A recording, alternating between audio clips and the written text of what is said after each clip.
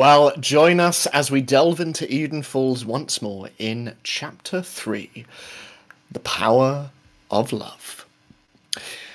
Stood outside the waterfalls that give the town of Eden Falls its name, all of you were met by the terrifying sight of a giant, feathered dinosaur emerging from the caves within. And summoning all of your courage, Nico, you dove from the top of the falls into the water below to distract the creature, while Amelia ran to Lana's car. And Darla, you began to rapidly climb down, hurting yourself in the process. And as the dinosaur began to swim towards Nico, Drake, you dove in and grappled the monster away from him, only to be knocked out cold as Amelia commandeered Lana's car and drove it straight into the water and into the dinosaur within, killing it instantly.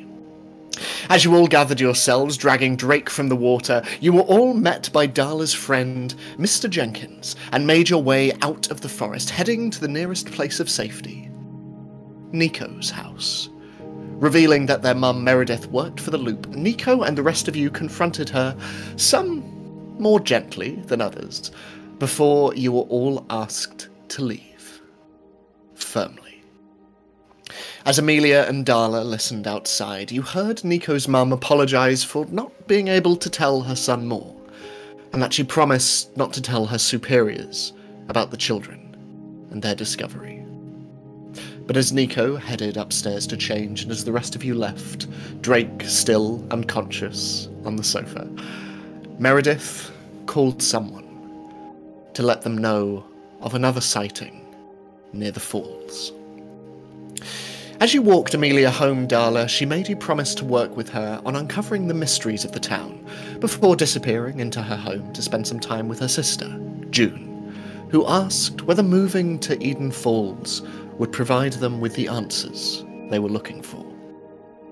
And as you headed home, Darla, saying goodbye to your friend Artie in the process, you came upon your unconscious father, passed out from alcohol and with an empty revolver in his hand. And gathering up the gun and its contents, you whisked them away to your room and hid them under your bed. Meanwhile, Nico, sneaking away from home, you stole off into the depths of Eden Forest once more to find the antennae you had programmed for Artie to spy on the Loop.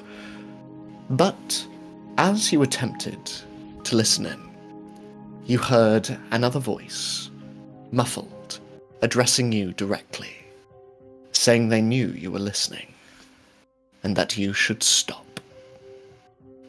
And across town, taking out the trash while her family slept, Amelia heard noises from the shed out back, and grabbing a trash can lid to defend herself, she was met by a figure, stumbling out of the mist, wearing a burned, yellowed hazmat suit with a black, opaque helmet cracked, a jagged chunk of metal in its center, reaching out towards her.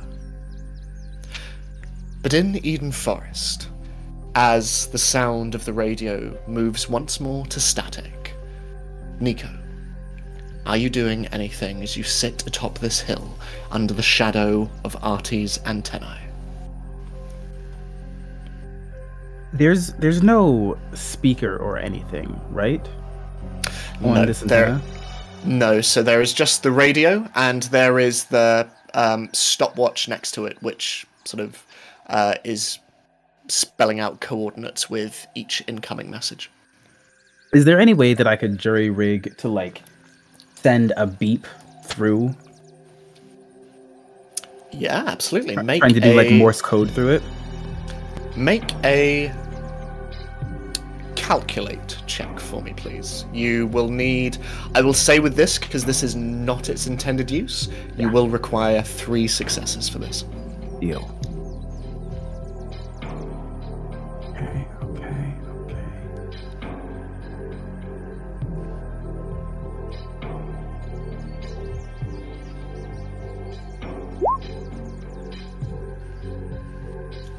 Ow. None. And I got 4 WODs. Ow. Would you like to push it and re-roll? Yeah, I would. Because why not? 2 successes. Always the bridesmaid. I will say with 2 successes. Where are you trying to send this beep? To the one who told me to stop listening. Nico just wanted to say no. Okay, so I will say with 2 successes.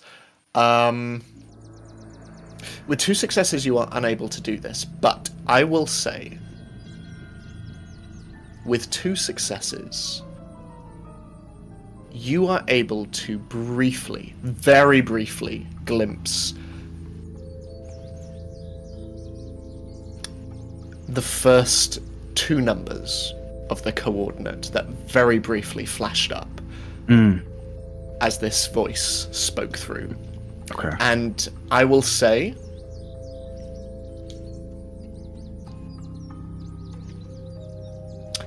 you see the numbers 4-1. That is all I'm going to give you. 4-1, cool. But it is the start of a coordinate. That much you know. But 4-1. Cool. As this is happening, Darla, as you sit in your home, plastic bag full of the revolver and cartridges shoved underneath your bed, what are you doing? So Darla, who knows how long she's awake for, but before bed, she would honestly just shower because, girl's covered in dirt and scrapes and wants to get all the gunk off and, disinfect a wound the way she knows how. So that's what she would be doing, and she'd be taking off all of her jewelry and putting it in this cleaning mixture for jewels specifically, so that it could make sure that the gold is still shining and it stays bright, and it's something that she takes care of dearly. And so while that is sitting and she's showering, and then she would take those out and pat them all off whenever she gets out, she would just eventually go to bed, probably laying there for a while, overthinking everything in her head, mainly about the dinosaur chicken. And not sure if there's more, and if they're gonna come out of nowhere. And she just plays these images, movies in her head of just oh god, well actually it'd be great if Lana got me, that'd be funny. What if it came into the classroom? Or just, suddenly they're having lunch at the diner with these dinosaur chickens. It's like a whole event now. And she kind of smiles at that before slowly tossing over into her duvet and falling asleep. Okay. And Nico, is there anything more that you were doing up on the hill? He kind of just looks around a little bit, now just consistently nervous that someone is watching him or listening.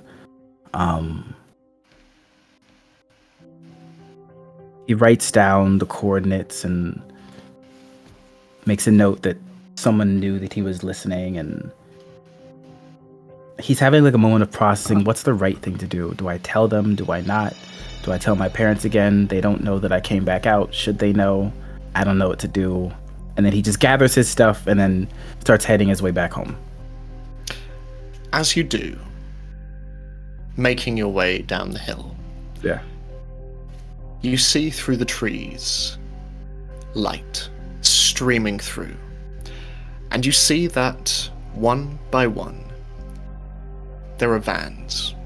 Army green vans, all of which display on their side the word ARPA.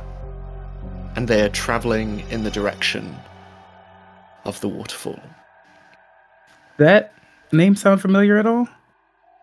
So ARPA is the name of the agency that runs the loop. And there's a bit of dread in Nico's face. He didn't. She promised she wouldn't tell them. She didn't. She didn't tell them, did she? And so then Nico tries to hide this radio as best as he can, branches, bushes, and his sort of leaf or foliage, and his heart sinks a little bit because then he's thinking someone has to have bugged to the house. They have to be listening to the house. He has to go home and tell his parents that people from the loop have radios and microphones in his home. They heard him talking. They've heard everything.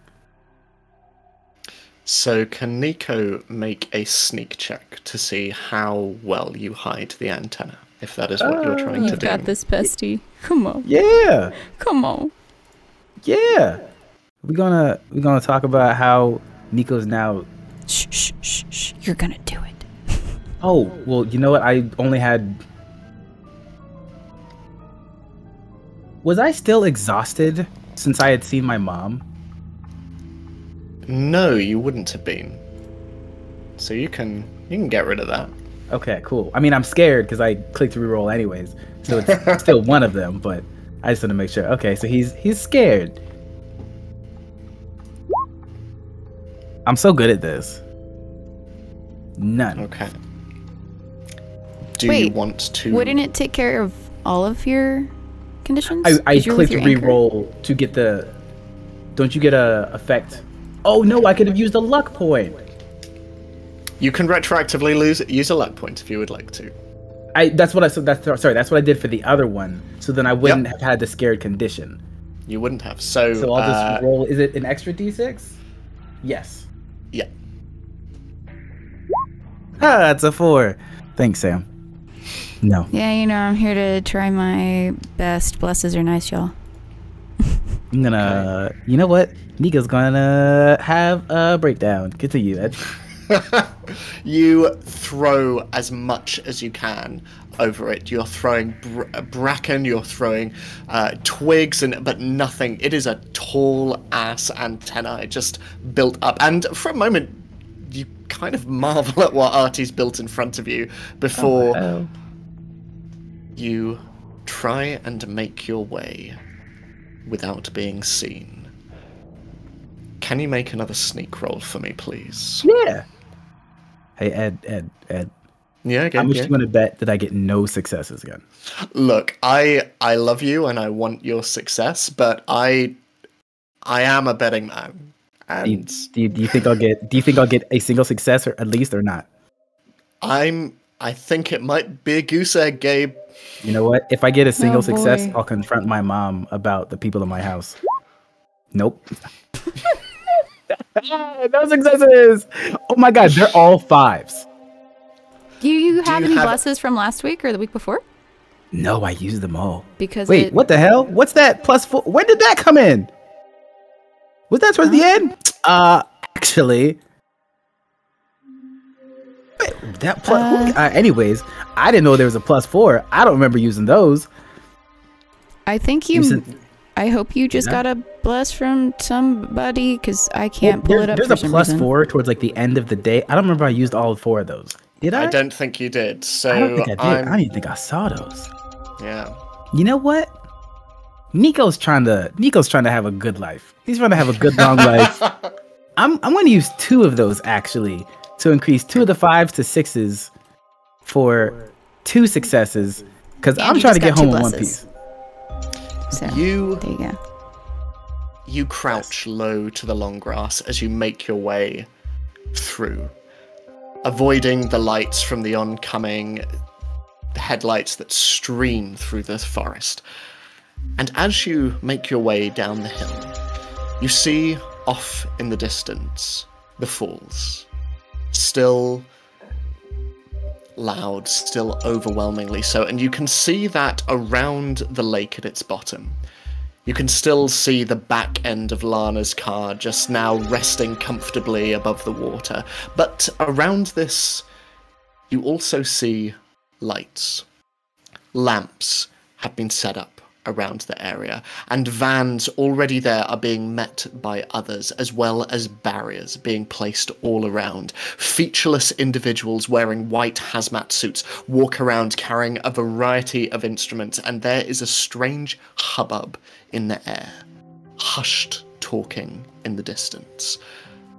no one appears to have noticed you. There is one more thing I want to do before I leave. Okay. I want to look for my mom amongst these people.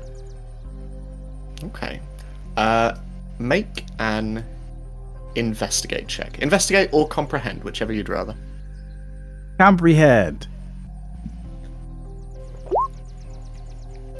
I'm going to use 2 of my blesses to make those 2 5s into 6s. 2 successes. Okay. Thank you. 2 successes. Okay. You sneak closer. And a lot of the features of the individuals who are walking around are obscured to you. Mainly because these hazmat suits just cover their entire bodies, and even the glass around is incredibly reflective, almost opaque. Mm-hmm. But as they walk around, while you do not see your mum, I would say with 2 successes, you do hear a voice. A voice that you have heard over your mum's landline before. And a voice that you first heard when you turned on the antenna earlier on tonight. And as you look, you can see that the voice is coming from a rather tall individual. And as he turns to look at a number of other members of his team, you can see that he has round glasses underneath his helmet. And you can see closely cropped black hair framing a dark face underneath this white hazmat suit. And he is directing people around and saying, "All right, yep, okay, so if we can fan people out onto the other side, brilliant. Yep, we've already got 5 people in the caves." And you can see that he is very much directing the movement of all of this. And I don't know his name, do I? I would make a retroactive comprehend check for me. I'm about to burn through all of these blesses that I had at the end of last week and the beginning of this one. 2 successes! Let's go. I will, as the individual turns around, you don't know a name, but this is the first time that you have been able to place this voice to this face. Both of which you have experienced in very, very disparate circumstances. The voice, like I say, you have heard over the phone to your mum several times. You know what, Ed? You know what? I'm going to use those last 2 blesses I had to make it 3 successes.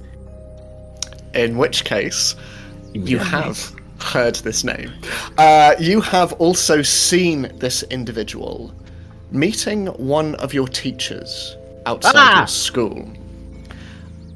He is the husband of your science teacher, Eve Sparrow, and his name is Amadi. Amadi Sparrow.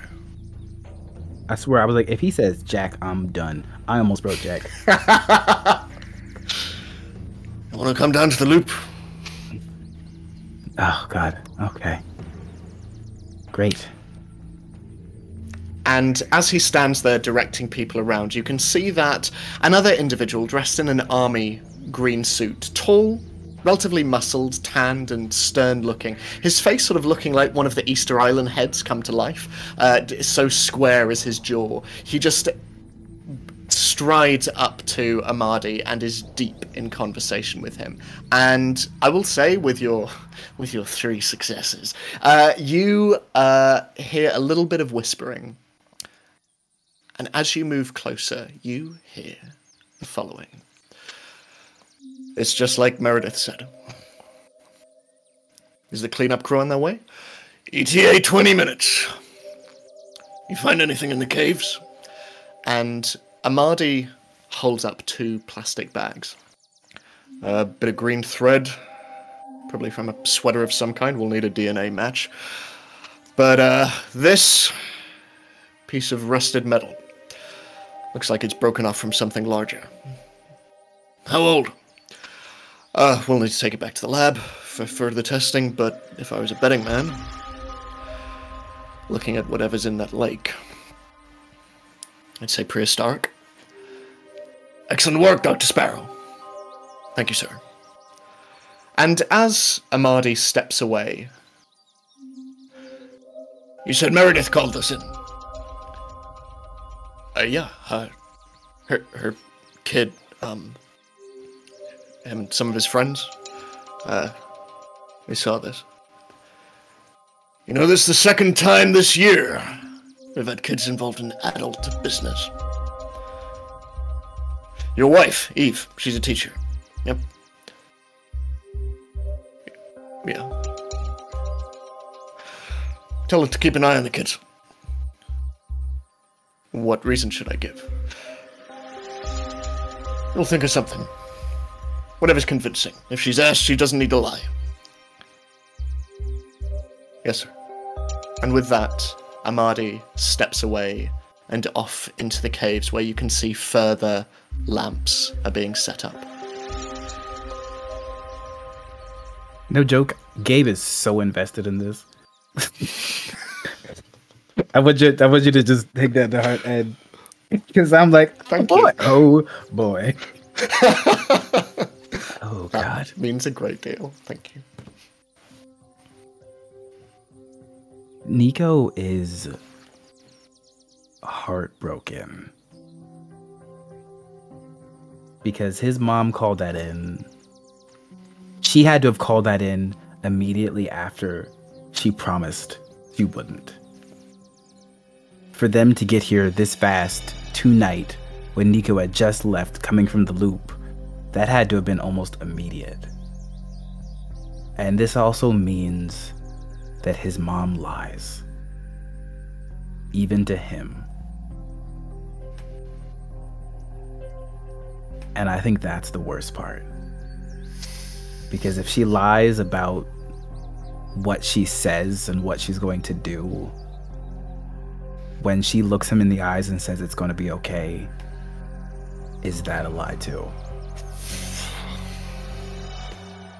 And he keeps going home quietly.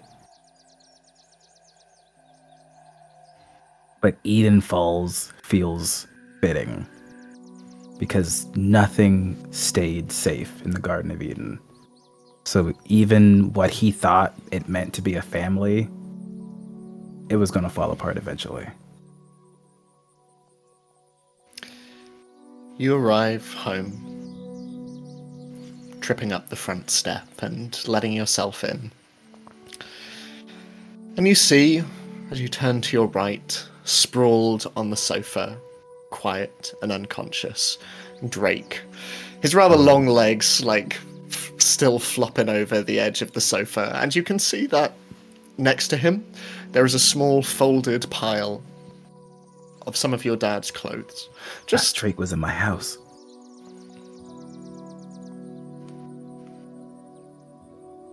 Continue. No, that you see Drake sprawled and unconscious in your home.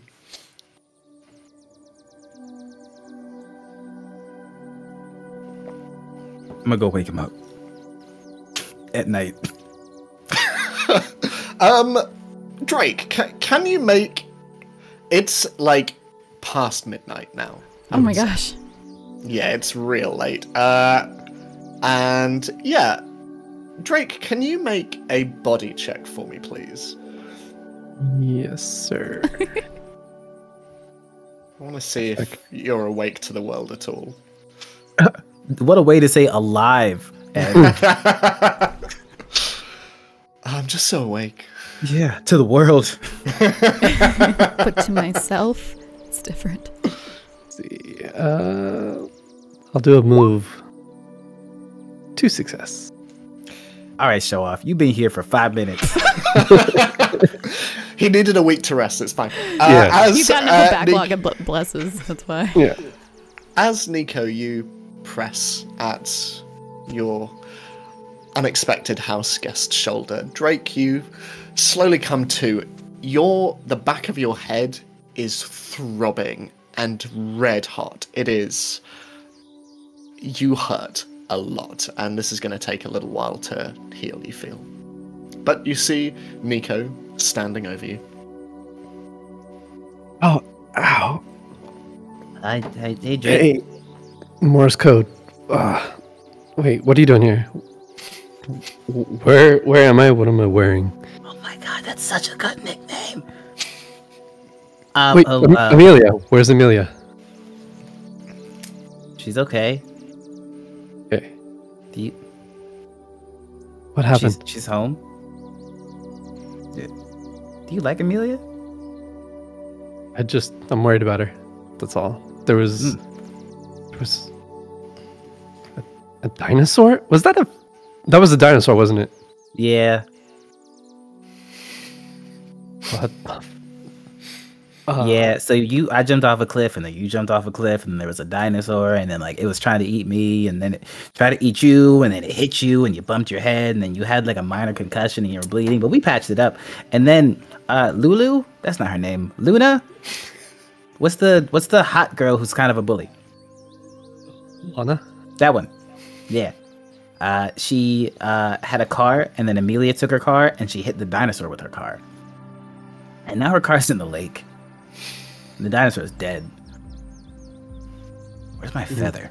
We killed Did she take my feather? Oh, I'm gonna be so pissed if my mom took my feather. But anyways, then we brought you here to talk to my parents, and then Darla tried to start a fight with my parents, and then Artanian, no, Artie, that's his name. Is that short for something? Is that short for like Arthur? Probably not. He does look kind of like a, yeah. But yeah, so then we brought you here, and then everybody else just left you here to sleep. Well, thanks. No one knows where you live. Yeah, I don't even know where I am right now, so... Oh! My house. Gotcha. You're Okay, wearing my well... clothes. Did my change you? Yeah, they're a little tight. Okay. I'm still growing. That's fine, so am I. You sort of like, as you sort of lift yourself up on the sofa, Nico, you notice frustratingly, there's like a whole midriff thing going on in this current outfit that's on Drake. God, this is definitely the 80s. You look great in a crop top. Why, thank you.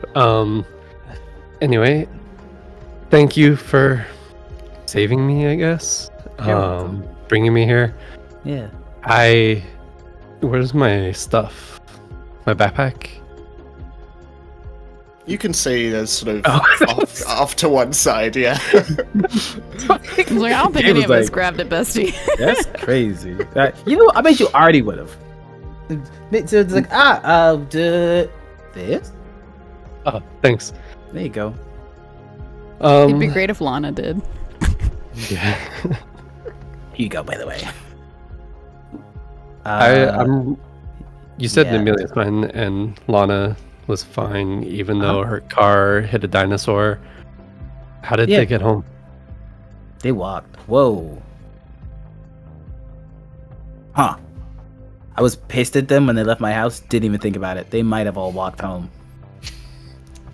Well, I'm gonna go check on them. Do you want to come with? Wait, what time is it? It's Is like it 1 in the Tuesday morning. Yeah, it's 1 in the morning on a Wednesday. Okay. Honk shoo, me. Maybe Drake, you are the only one who has had any sleep, and it is not through choice. I mean, if you maybe you can check on them in the morning, but also I don't think they. I think they've got a lot to sleep on, so I don't want to bother them. But Okay. I'm sure they'd be happy to see and hear from you. They really like you, Drake. That's great. I should go. Thank you again. I need to get home. That's true. It's pretty late. I don't want to be a burden on your family. They already cleaned me, I guess. Oh, Everything. So, thank you. yeah. Do you know my real name? No, actually, what is your name? Oh, We've never actually introduced each other. it's Nico. Nico. Drake. I know. I think you knew that. Yeah. But, thank you, Nico. Yeah. Tell your parents I said thank you for the couch. I'll make sure my dad knows. Where are my clothes? You see a small pile off to one side, your Letterman jacket just on the top. Okay. I'll bring these clothes back to you tomorrow. I'm sure my clothes are still kind of messed up. Yeah. So, see you tomorrow? School? Yeah. Yep. Back behind the wall again? Yeah. Cool. Bye. You're kind of awkward.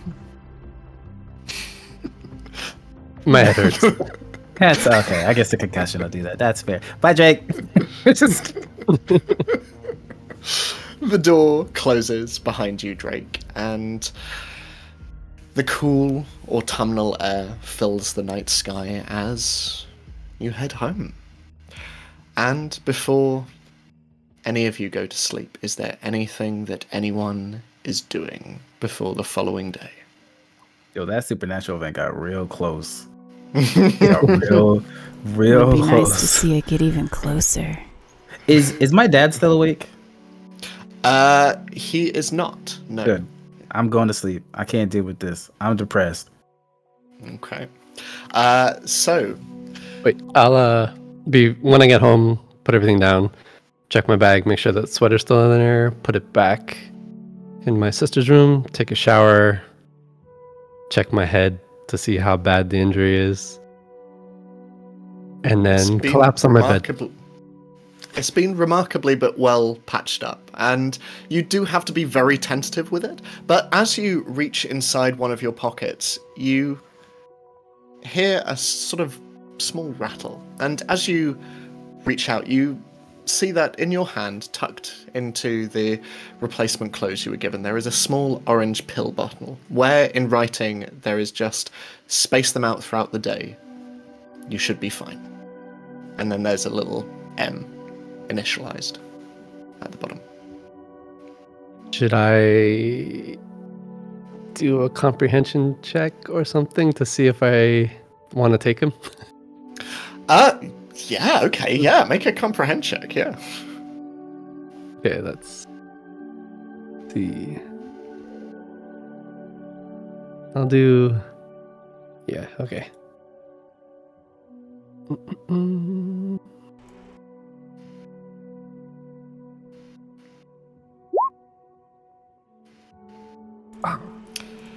By the looks of it, they seem to just be very simple painkillers, like ibuprofen or... Also, you were cursed, so that's a 0.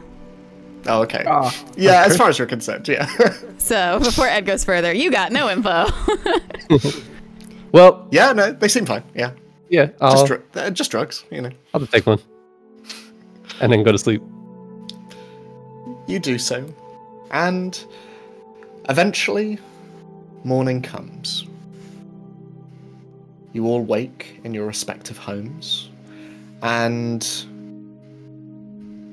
what are you each doing before a new day at school? Darla wakes up before the sun. Darla, yeah. Okay. She went and just like took a little sleep. Because in her mind, because she doesn't know anything that's going on, her mind is too busy to sleep any longer. It's like that feeling of excitement, like, you know, when you're excited to do something, but instead this is anxiety and like, oh, there's danger afoot, but I like it. Let's do this. So she's going to roll out of bed and just throw on whatever clothes she has. They may not even be clean clothes. They're probably just on the floor, and that works out just fine. And she's gonna leave early to go and get Artie from his home while also not waking up his parents. Sneaking around his window. Sam, what does Artie's house look like? So he doesn't live too far from Darla. Probably like a neighborhood down. It might be roughly like a 10-15 minute walk in total. And leading up to it, he's in a neighborhood that is a bit more, I don't want to say congested, but like the houses are closer together. And he has this kind of like a brick border that goes around the bottom portion of the wall of the front of the house, and a really pretty brick walkway that walks up to this. It's kind of like a double door situation, but one of the doors is like a half door, and it's a 2-story. And I assume that Artie's room is on the 2nd floor, so I made that difficult for myself. Oops. I'll make it less difficult. There's a tree. There's a tree nearby. Let's do it. I imagine Darla is pretty well versed in sneaking. Oh yeah, there's probably even like indentions in this tree and on like the side of this house where like greasy hand oils are just imprinted for years and years and years of constantly utilizing this route to get up to his room. And is it locked? Is his window locked? She'd be like sitting on a branch and like leaning over. Can I ask you to make a sneak check for me, please? 'Cause Yeah. you did say you do not want to disturb the parents. No. So if you will need 2 successes. It's early, but it's not that early. Cool. So you're saying I need 3 successes, basically. Yikes. Okay. Oh, open up, please. Yeah. 2, but ooh, I'm gonna use 2 of my blesses, and I have 3. You manage to scale the tree and onto the small roofing that is just underneath Artie's window, and you see that it is not locked. No. Wait. Oh, wait. Dang it. That would still only be 2, because we were all cursed. That's what you needed to meet, so that's fine. But you can see that, as is often the case, both because Artie quite likes the sound of the Californian breeze outside, while also you suspect there is an element of him that expects that you could come at any time. And so he always leaves it a little bit ajar, regardless of how cold it is, even in the winter months. And you notice that as you peek in through the window that he is wrapped up very, very warmly in his bed, still very unconscious. And what is his room like?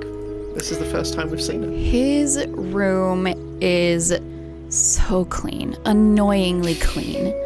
Like it's either by him or his parents, but his backpack is on a nice hook.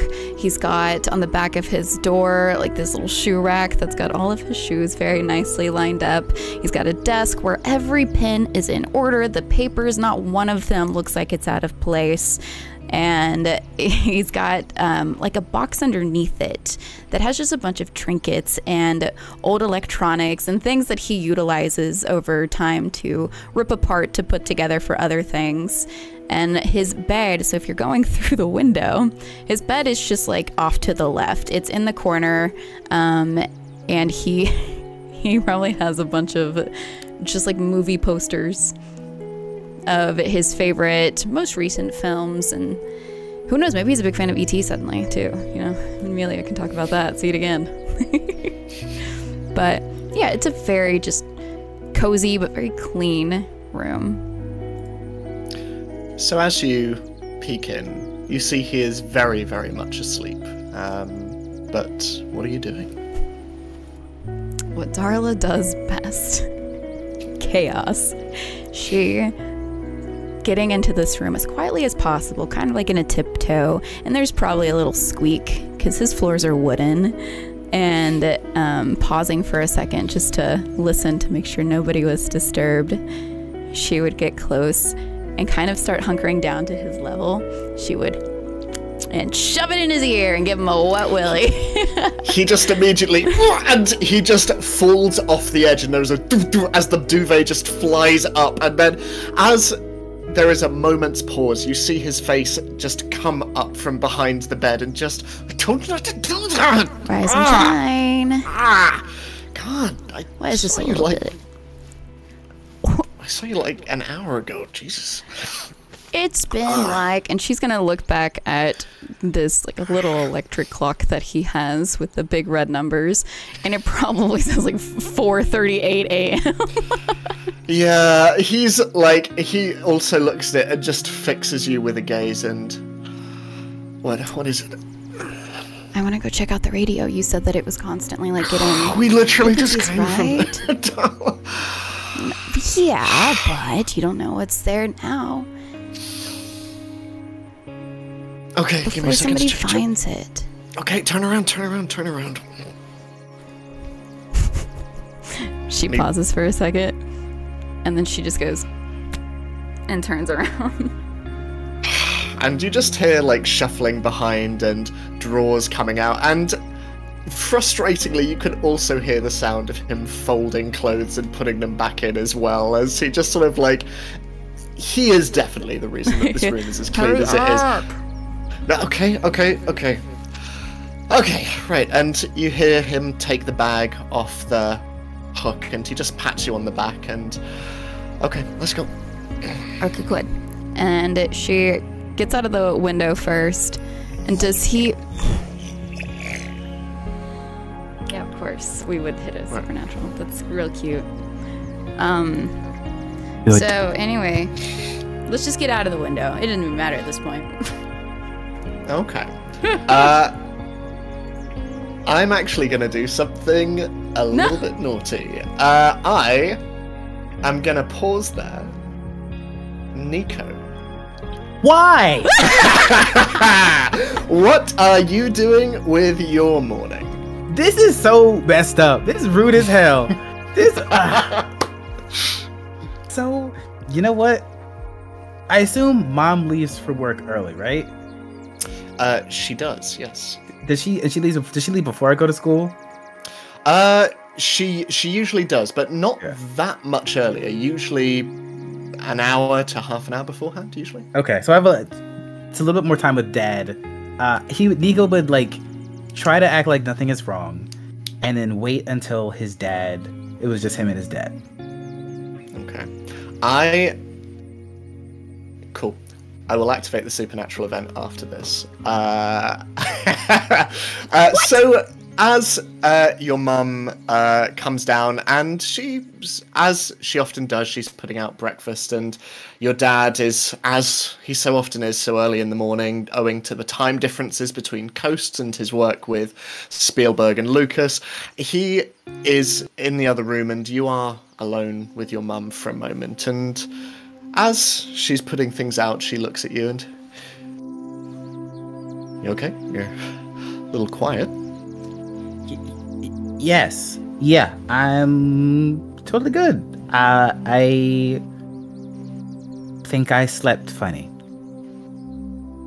And he's probably not as good at hiding as he wants to be because of like some of like the nervous tics or nervous habits of like he's twiddling with his thumbs a little bit more, or it's like the tapping isn't so much rhythmic, it's a little bit like sporadic and just like yeah. Your mum looks at you, and she sees you tapping, and she sees your speech patterns, and there's a smile, a look of recognition passes across her face, and rather than reach out to you and close the distance, she just places cereal in the middle of the table and goes, well, whenever you want to talk.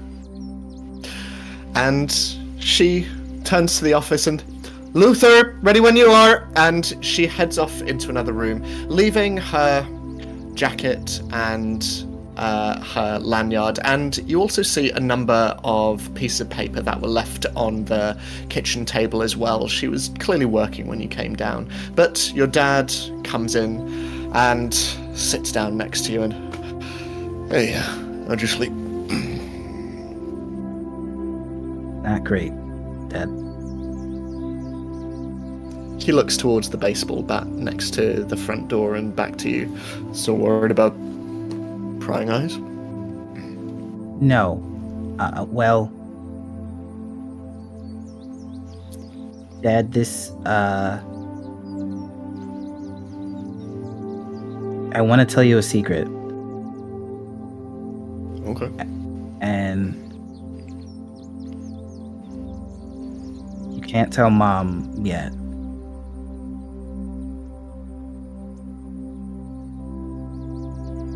Okay. You know how family, we don't lie to each other, even when it's hard. Yeah. I know Mom lied to me about something, and she doesn't know that I know.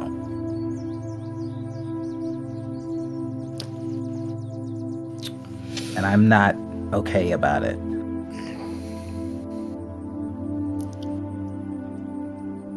If she had said, I can't do that, Nico, that would have been okay. But she promised something, and she gave me her word. And I know she doesn't mean it, but if she lies about something that's important to me, I struggle believing when she says something's important to her too, including me.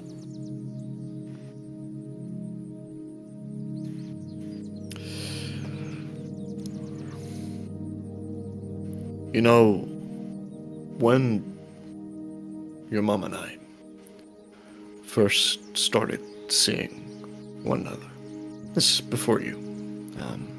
I hope so. But like, we were younger, and I remember she couldn't tell me what she did, and I found that hard. And it was a real long time before she could even broach the fact that she worked for the government. And I remember finding out about all of that, and I remember feeling, I understood, but also justifiably, I felt a lot like, you must do now. But the difference is, Dad, did she say she can't tell you, or did she tell you something else? Yeah, I suppose you're right. Because, Dad, the thing that I told Mom about that you were here for, and maybe she told you, maybe you knew, she promised that she would wait to tell her job about it. Right? Well, Dad, I accidentally left something back there, so I went to go get it because I didn't want to get in trouble. And they showed up. And they said Meredith called it in. So because she lied, they almost saw me. And I don't know how much trouble I would have been if they did.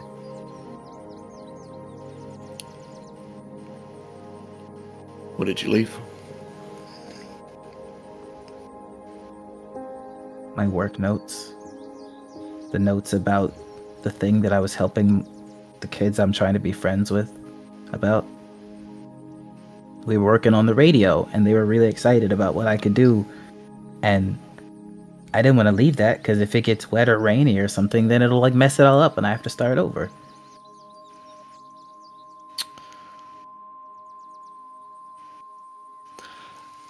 Look, I got a quiet day. You want me to go get them? The problem is, Dad, I got them yesterday night. I went back to get them. That was when they almost saw me. Because Mom said she would wait, and I wanted her to wait so I could get them without getting in trouble. He lied.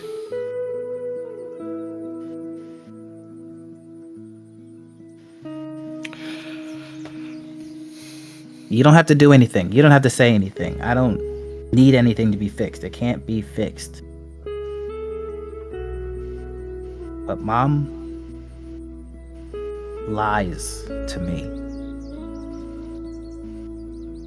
And that's something I've never had to consider before.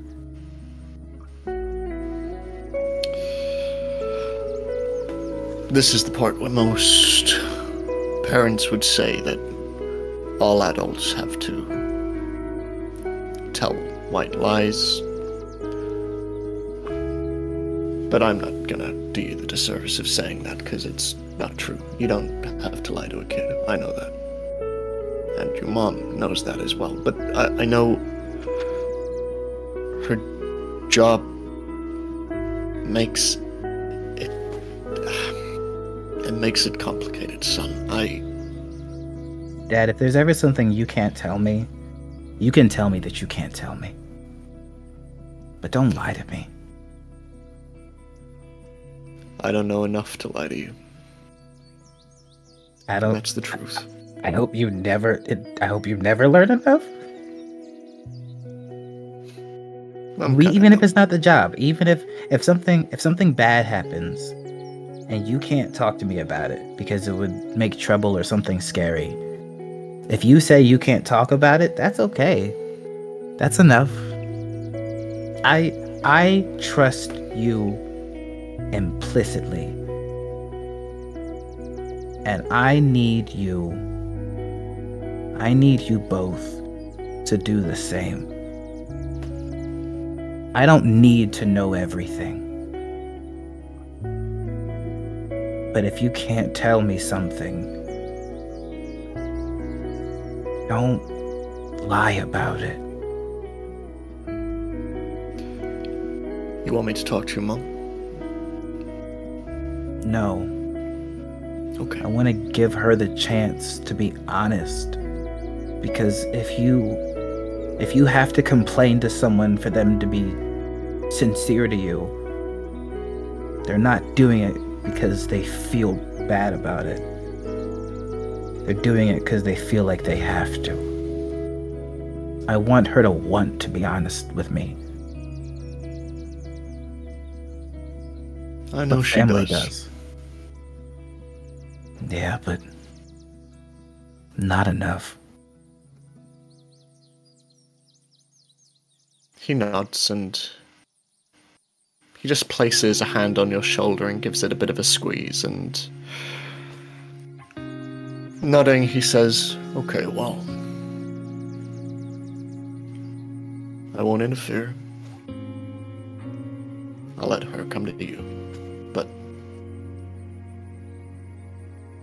I'm sorry, Nico. I know she will be too if she knew." Yeah. Thanks, Dad. He brings you in and just kisses you on the forehead, and big old dad hug. And he reaches his hand out to initiate your handshake, and and as he steps away, I am going to just messed up, Ed. A supernatural event. It's messed up, Ed. A beautiful Ed. As you are left alone at the kitchen table, what the hell?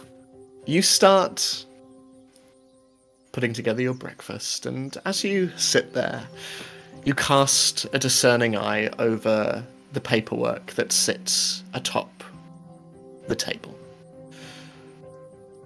And there is one that catches your eye.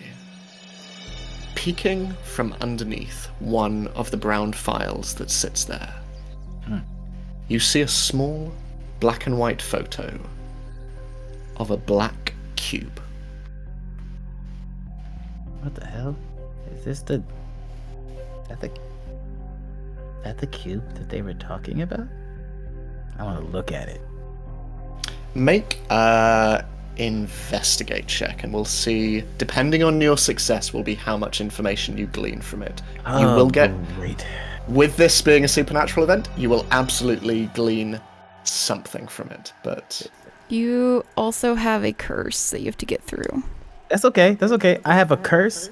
I have 2 blesses. 3 counting... No, I have... Wait. 2 plus 1. So that's 3. Plus the 1 for the bet. carry the 3 divided by 10. This is how many? How many? What's the investigate you said? Investigate, yeah. Say less. I'm on it. What's good? What's good? What's that sad?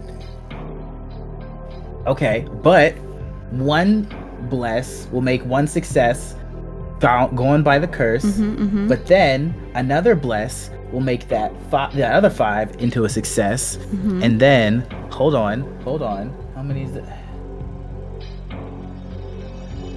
Nah, I'll take the one. One. I'll take Okay. 2 blesses, 1 success, because of the curse. Say less. Okay, so, in which case, you see the following. It is a file on something that they have simply called the black box. Nothing more, nothing less. They do not have a name for it. Whatever this was, it was not developed by the loop. In fact, it is of unknown origin. It is technology that is frankly too advanced for the loop to understand. But the only thing they have managed to garner is that this box is a power source. It appeared in Eden Falls 2 years ago, in the September of 1981, and it spontaneously appeared in the center of the loop facility. Through what the scientists are calling, and certainly from what you're reading, through something that they refer to on multiple occasions throughout this document as a fissure. The description of these fissures is, I know in the in the captions, it's 100% going to say fissures. They're almost invisible. Fissures? Yes. Fissures? Yeah. Fissures.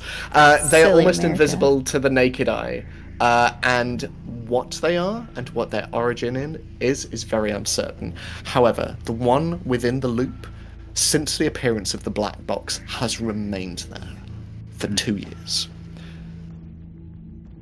And I will say, the one last bit of information you glean from it is that there have been similar fissures. I'm trying really hard, guys.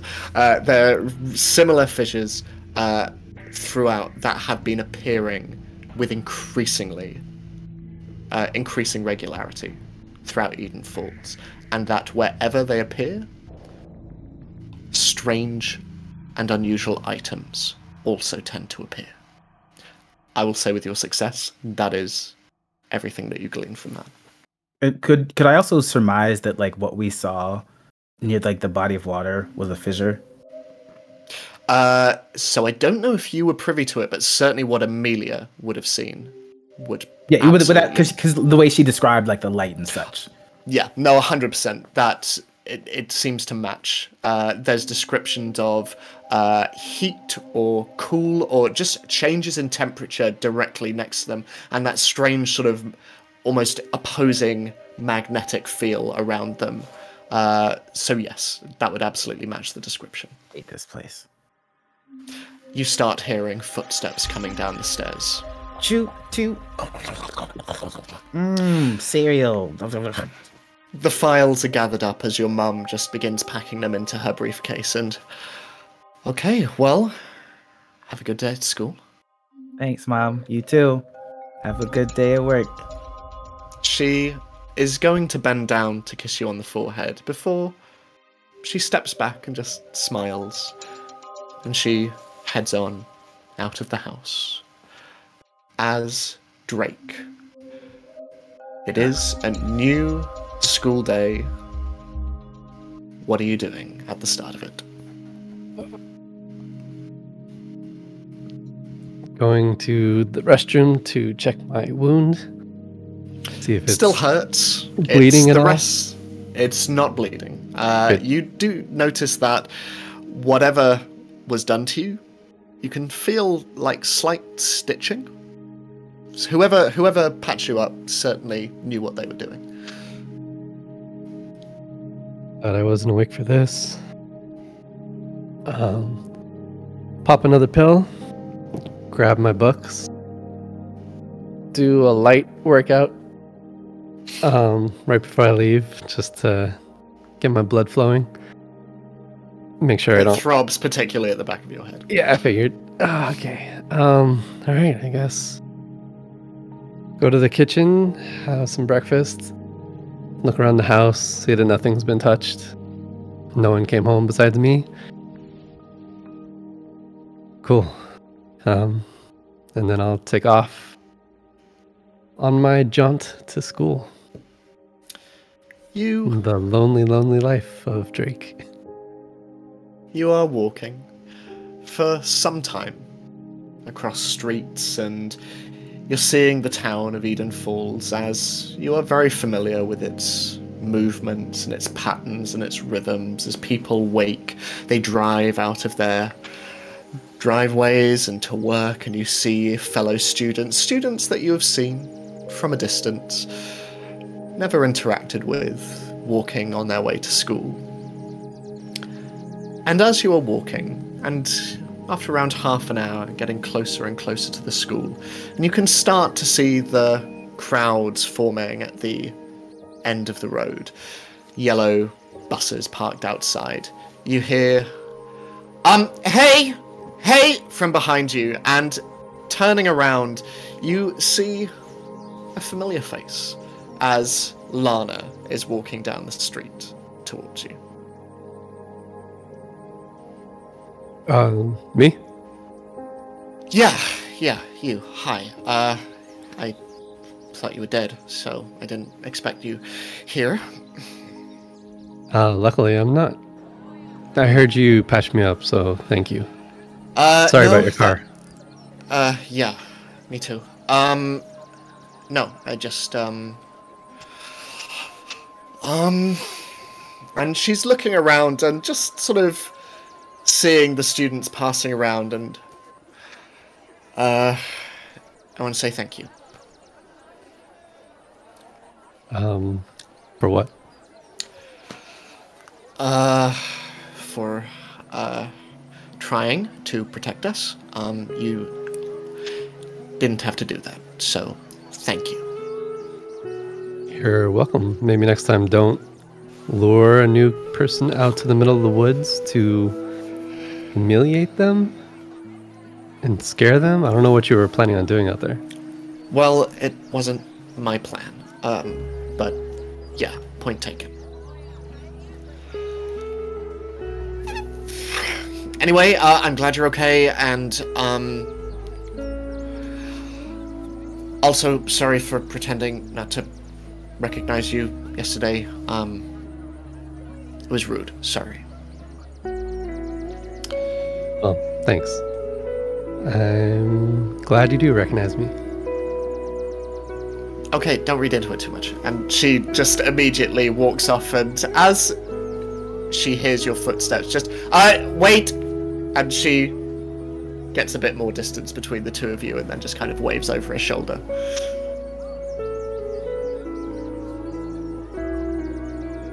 That was interesting.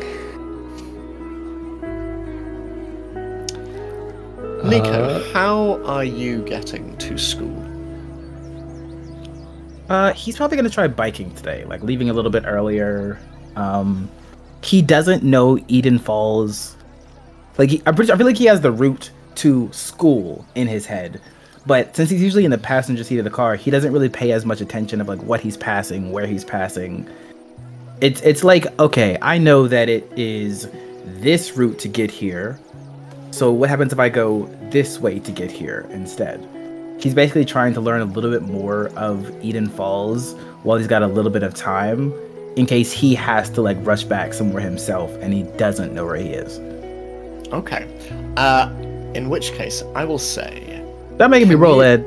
I'm making you roll. I will let you use any stat that you want. And essentially, depending on how successful your roll is, if you are in a tight spot later on in this campaign that requires you to navigate through Eden Falls quickly, it'll make your job a hell of a lot easier. Comprehend. He's trying to understand this place. Okay. Understand Eden Falls. I am the city. I am the city. Nico is trying to be like a hero, so.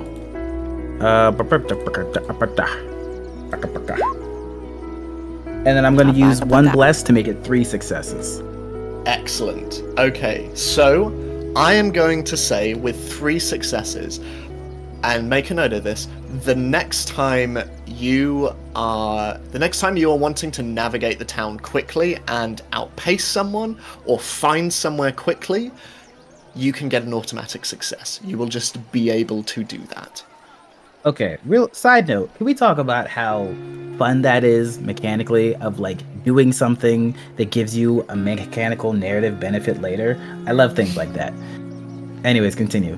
My brain was just like, this is the stuff that I enjoy. I love playing games. Oh gosh. Make the narrative fit the mechanics, baby. Okay, so, but your ultimate destination is Jenkins High, though? Yes. Lovely. So as you are riding around, you take in the town in its entirety, finding different routes through. You pass the Amblin Diner, the place that you are now familiar with, thanks to your initial awkward meeting with Artie and Darla. You see the Rockford roller rink as well. You see the Elliott movie theatre, no longer as frequented as it used to be, especially with the recent build of Eden Falls Mall that somewhat dominates certainly the centre of the town.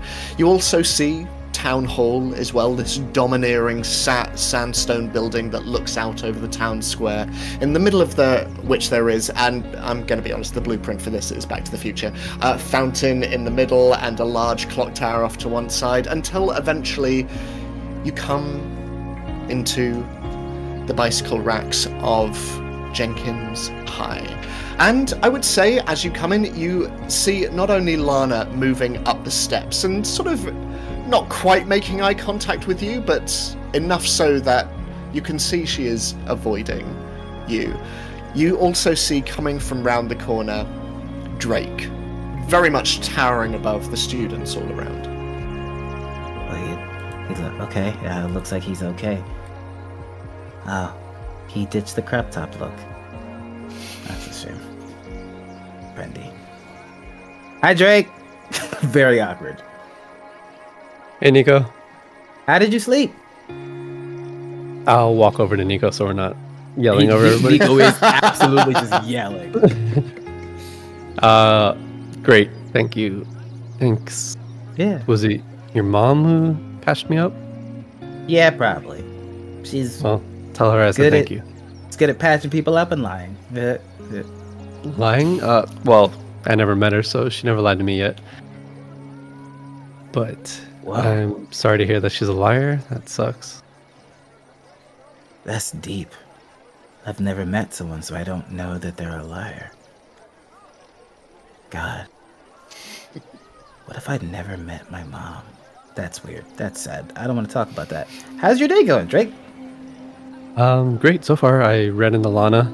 She seems fine. She's oddly nice. Maybe she wants to kiss you.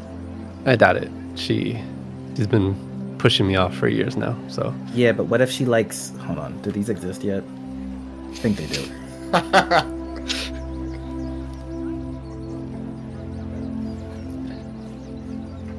Oh, God. It was telling me... Okay. It was telling me about... Maybe she likes Disney movies. Maybe she does. Disney movies had a weird concept of like the patriarchal support. So like maybe she believes herself to be a damsel in distress, and now that she was in distress, she's fallen for you. It's like white knight syndrome. It's actually very bad to fall in love with someone who has saved you. It often happens with a lot of medical professionals. It's largely a problem in the medical field. Makes sense. But I think in that case, wouldn't she be in love with Amelia? Since Amelia is the one that killed the dinosaur? Yeah, but you have abs. Who? Amelia also lost her car. You want to kiss her? Amelia or Alana? Is the answer different for one of them? So what happened last night with you after you after I left?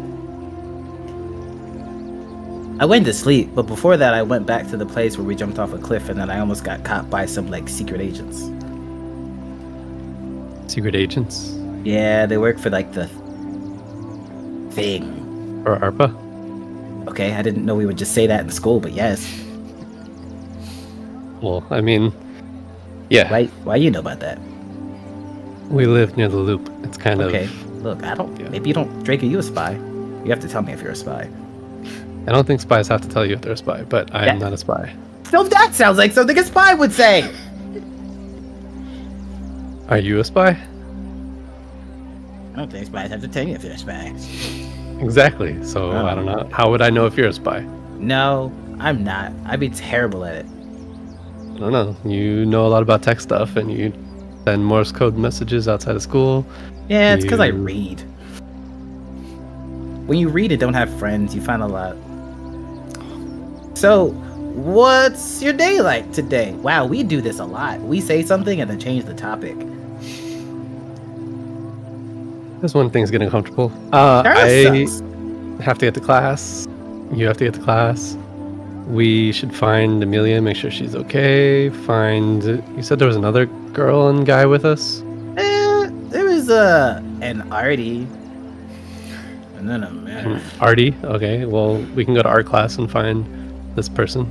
Oh, no. Artie has no artistic skill whatsoever.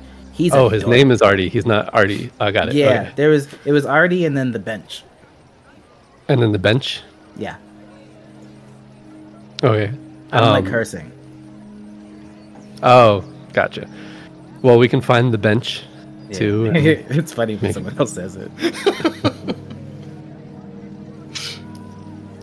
Well, you'll have to point them out to me because I don't know who they are. Oh my god, it's Artie and the bench. It's like, oh, please hold. That's a Please really good hold. band name. Used to be Benny and the Jets. Sorry, in the bench. Oh, nope, hasn't been made yet. But it would be almost like if there was a notion of like a beautiful person and a bestial figure. Artie and the bench. Yeah. Okay, can let's see go, that. Drake. Okay. Buddy. Ah, you didn't say no. Okay, let's go. As the two of you enter the school, still a ways off from class beginning, out in Eden Forest, Darla, where are you headed? Suddenly a shift in the wind occurs, and I'm at school.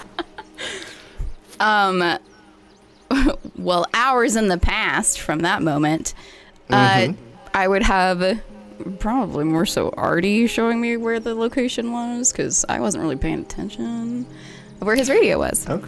Like, she knows the forest, but she doesn't know exactly where he had the radio, because things shifted really quickly. Interesting. Okay, so Why? can you make a sneak check for me, please? Sure Good. thing. I Curse Darla. can. Oh, wait. Why am I still exhausted and injured? Has Darla rolled yet? Doesn't she have to? You will. Yeah. Huh? Don't you still have the curse? Don't you still have the curse? No, You no, do I curse with already Nendo. used it. Oh, okay. Yeah, whenever I was doing the tree sneak earlier. You know, something really important. Hey, I got a 2 success. Baby. As Artie is leading the way deeper into Eden Forest, you catch his sleeve as he stops abruptly, and your eyes look at Eden Falls. The waterfall still falling in the distance, and you see that all around there are army green vehicles, and there are individuals in hazmat suits, exactly the same as what Nico saw the previous night. Stop, she Albeit- says, grabbing his What? sleeve. And she's gonna pull him, like, behind a tree really quickly and, like, hunker down. Do you see the vehicles over there? Leaning over, kind of just pointing. Yep, I do. They're, Is that near your radio?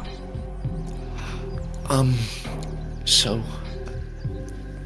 radio's up there at the top of the cliff, but Okay. I don't know if they're scouting out the area. It won't be long until they find it.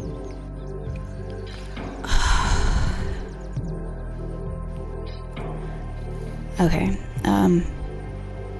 Are you comfortable going with me? Or do you want to leave? I mean... Because if they find it, and whatever is on there, they're going to have. That might be our only chance to get some information.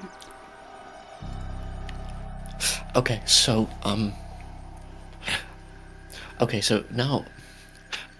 I'm thinking, and you see him sort of, like, just focus away from you for a moment, and you've seen Artie like this, when he is brainstorming, and his fingers are sort of, like, waggling in the air a bit, and then... Okay, so, I'm thinking, okay, it would be a waste of a stroll if we came here and we didn't come away with something, so, Yeah. Okay, so... Nico's programmed it, which means it works.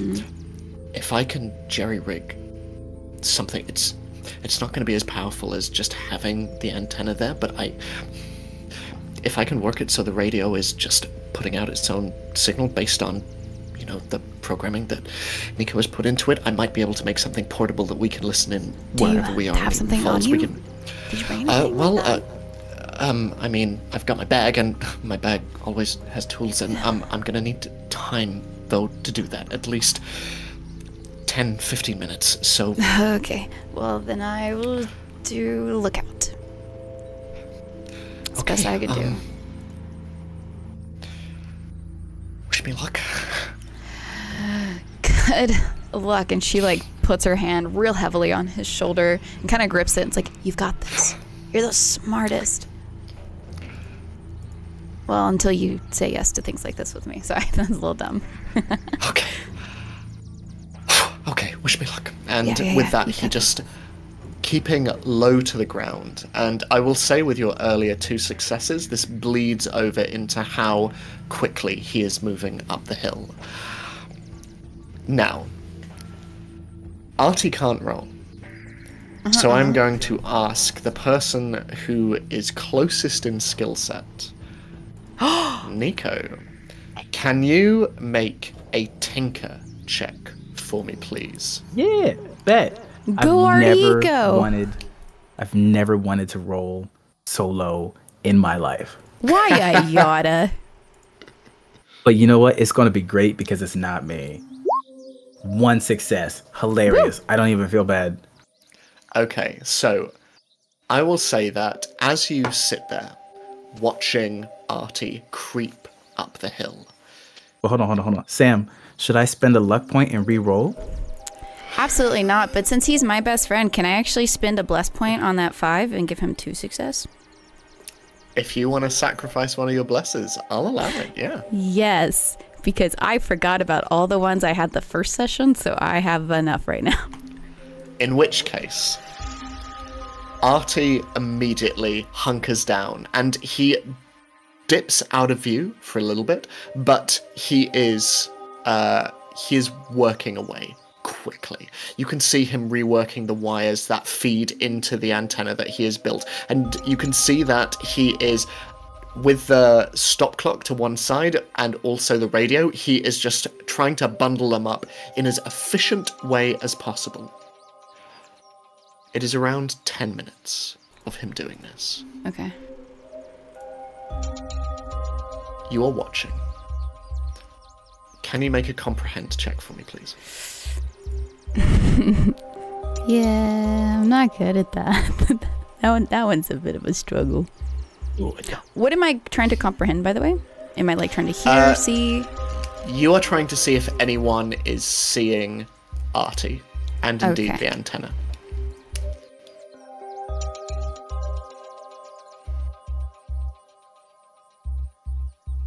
My comprehend is so low. I rolled 2 dice. I don't even know if it's worth it to re-roll. Actually, you know what? Why not? That's a good time. Oh, they're both 5s though. That sucks. So, you can take a condition. What kind of condition would you like to take? Let's say... probably exhausted. I only got like 3 hours of sleep. Yeah, no, that's absolutely fair. I would say, in that case, unseen to you, up the other side of the hill, Artie, he is looking around at the various bits of bric-a-brac that are thrown over the base of the antenna, and he can see that someone tried to hide this last night. And with 0 successes, not very well, as Artie is looking around, and as he looks at these attempts to hide the antenna, he sees down the other side of the hill. Others have seen it, and they start to make their way up the hill towards it. They have not seen him yet. Nico, on Artie's behalf, can you make a sneak check for me, please? Yeah. I'm assuming you're both not very good at body stuff. No. Which makes sense. Hey. Oh no! 0 successes! Oh no! As Artie finishes the final Can I start touches on darting this, that way at least? you see nothing. You see nothing as Artie is just finishing up, and he clocks these individuals coming towards him, and he just shit, okay, and then at the last minute he just pulls loose one final wire from the antenna, and looking at the radio and seeing it is still working, he looks up at exactly the same moment as someone in a hazmat suit looks in his direction. Hey, Do I not see that? right there! And immediately Artie turns and starts sprinting down the hill towards you. And this you see as coming over the crest of the hill, following him, you can see 2 individuals in white hazmat suits running after him. Hey, come back! What are you doing, Darla? Couldn't be me. That's crazy. Digging into my backpack, and I would like, not my backpack, my little bag, and I would like to pull out this flashlight that I carry that is very bright and shine it in their eyes so that he can get away faster. And blind them in a way. I'm not really blind them, you know, I don't know how strong it is, but... Wonderful. Can It's from you Jackie's make mom, so maybe it's really strong. Can you make a force check for me, please? Nice. I got a 1, but I'm going to add a plus, and that's a 2. Okay, good, because it was 1 success you needed for each of those men, as you just shine it at one, and then as the other one runs past us, you see Artie sprint by you. Can you make a move check for me, as both the men just and continue to run down the hill towards you?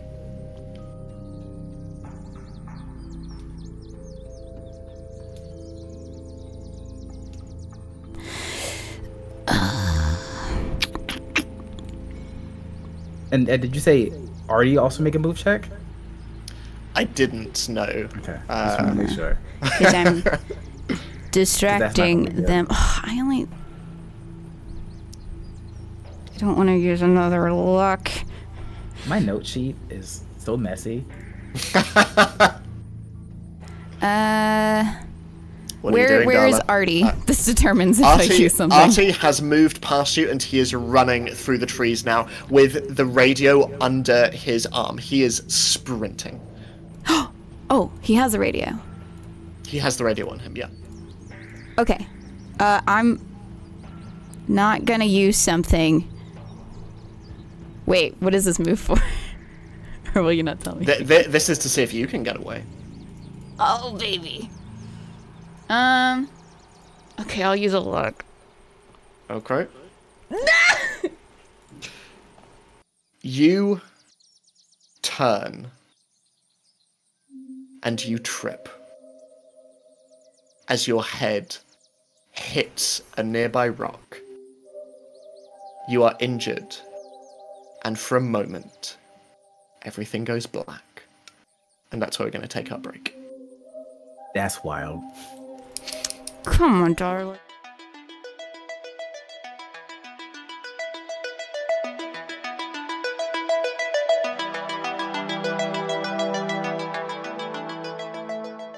So, Darla, as you fall to the ground and hit your head, a throbbing sensation through your forehead as you look up, and as everything momentarily goes black, your vision is blurring in front of you, and you can see two individuals in hazmat suits just walking towards you, almost in slow motion, as they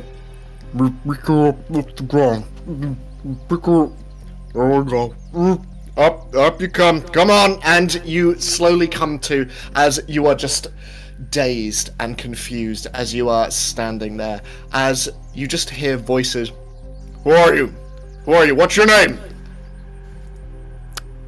Am I understanding them? Like, how you are dazed understanding. am How much you're able to answer is entirely up to you. You know what? Let's roll for that, because why not? Okay. Just make a general comprehend check for me. Okay. Comprehending my own brain.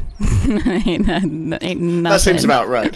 Yeah, you know, she's just sitting there holding her head. As you try to just take in any information that's coming towards you, you hear a voice off to one side. What do you have there? Commander Decker! And they slowly begin to drag you forward, and this name, it is a name that you recognize. In March of last year, a friend of your father... He came to my door. An old colleague of your father, a military man by the name of Miles Decker, who is in charge of the military compound that surrounds the loop, came to visit. And as your vision moves upwards, this strange sort of repeating pattern of kaleidoscopic vision in front of you, you see settling in front of you multiple images of this man in a green army suit, and you can let it go. I know this one. And you feel yourself gently placed upon a nearby rock to sit on. Okay.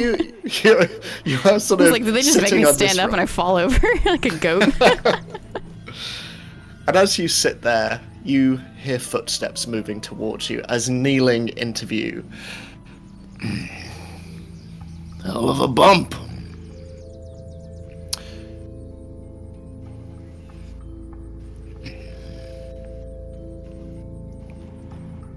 At this guy.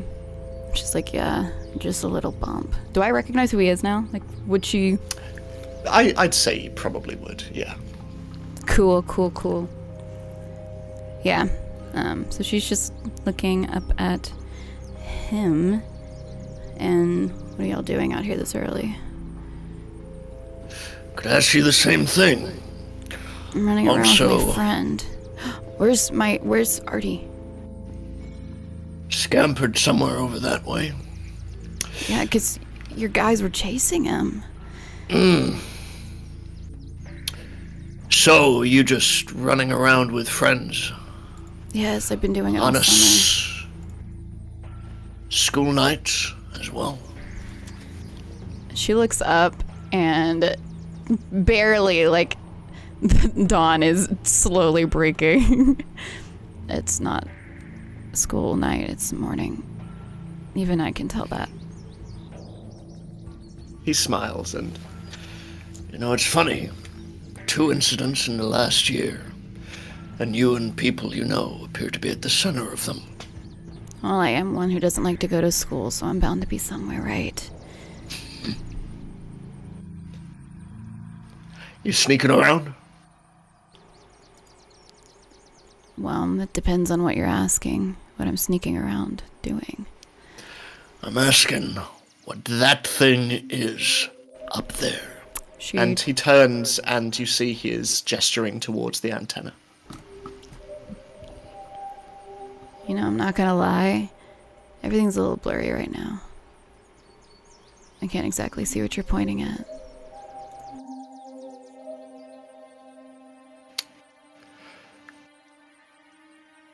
Your dad's a friend. Therefore, I am gonna say this once. Go for it.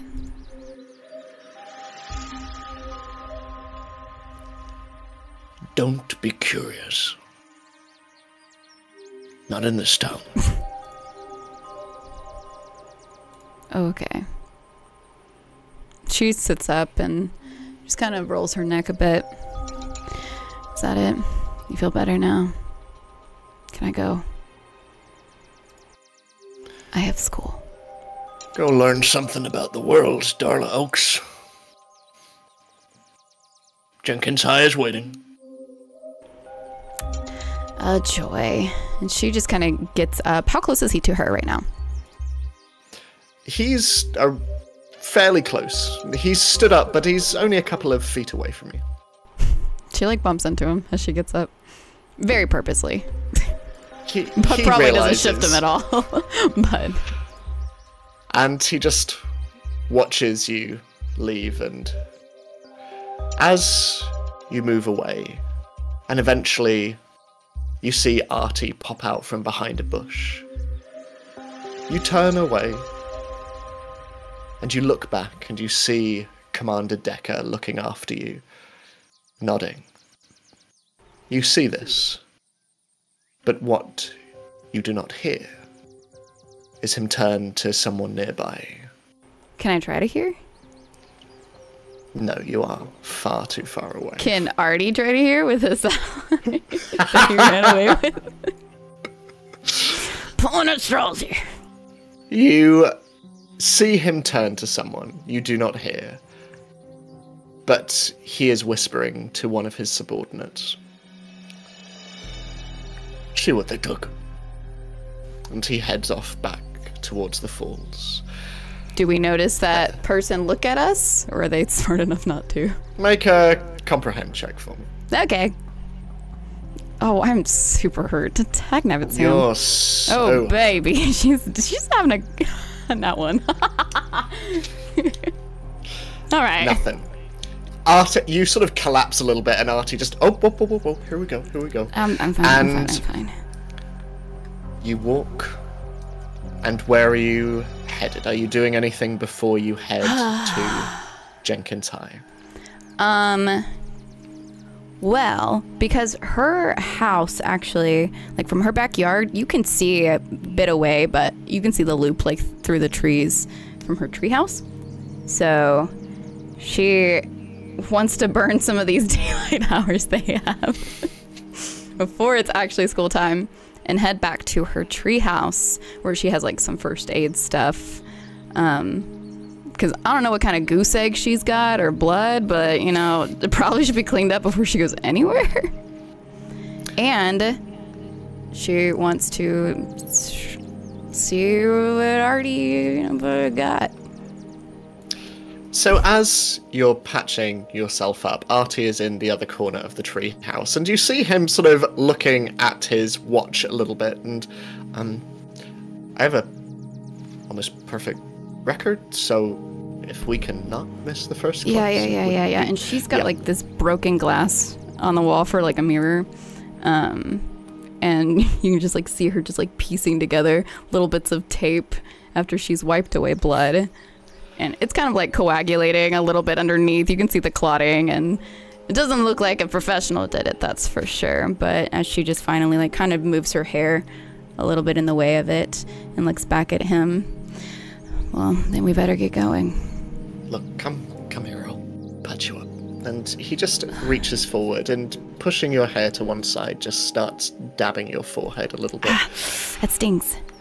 Yeah, no, I know. It's going to, if you hit a rock. I was able to disconnect the radio. It's gonna have a much shorter range, but I reckon Nico can probably do something with it. My tech is programming.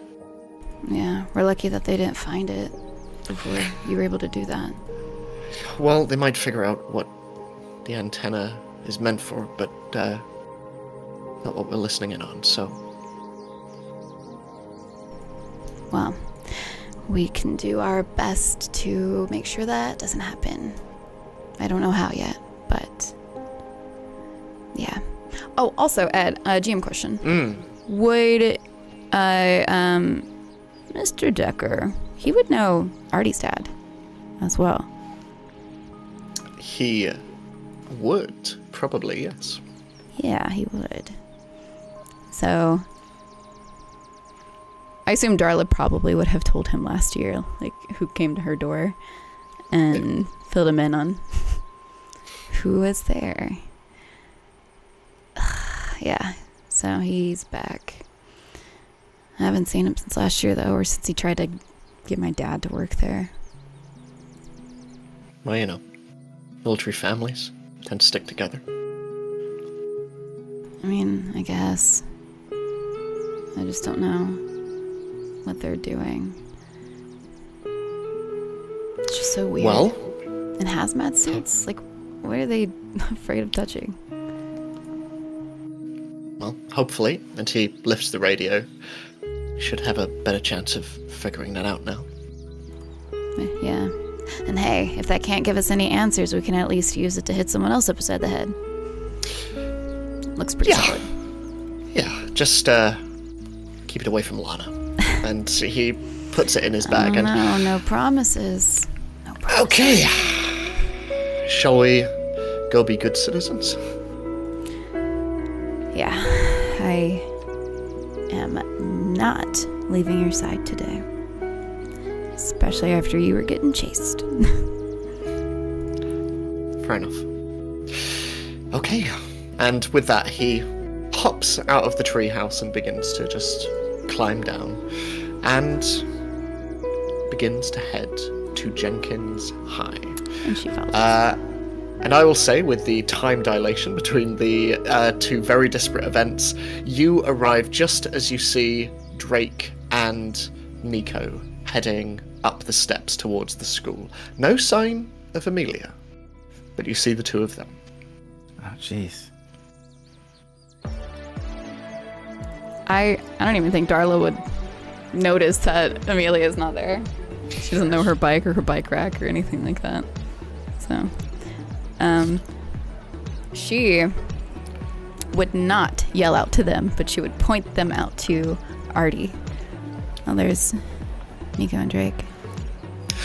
Nico! And you just hear this scream through the crowd as She Artie begins winces. to wade his way. That's loud. And Artie is wading towards you through the crowd, Nico.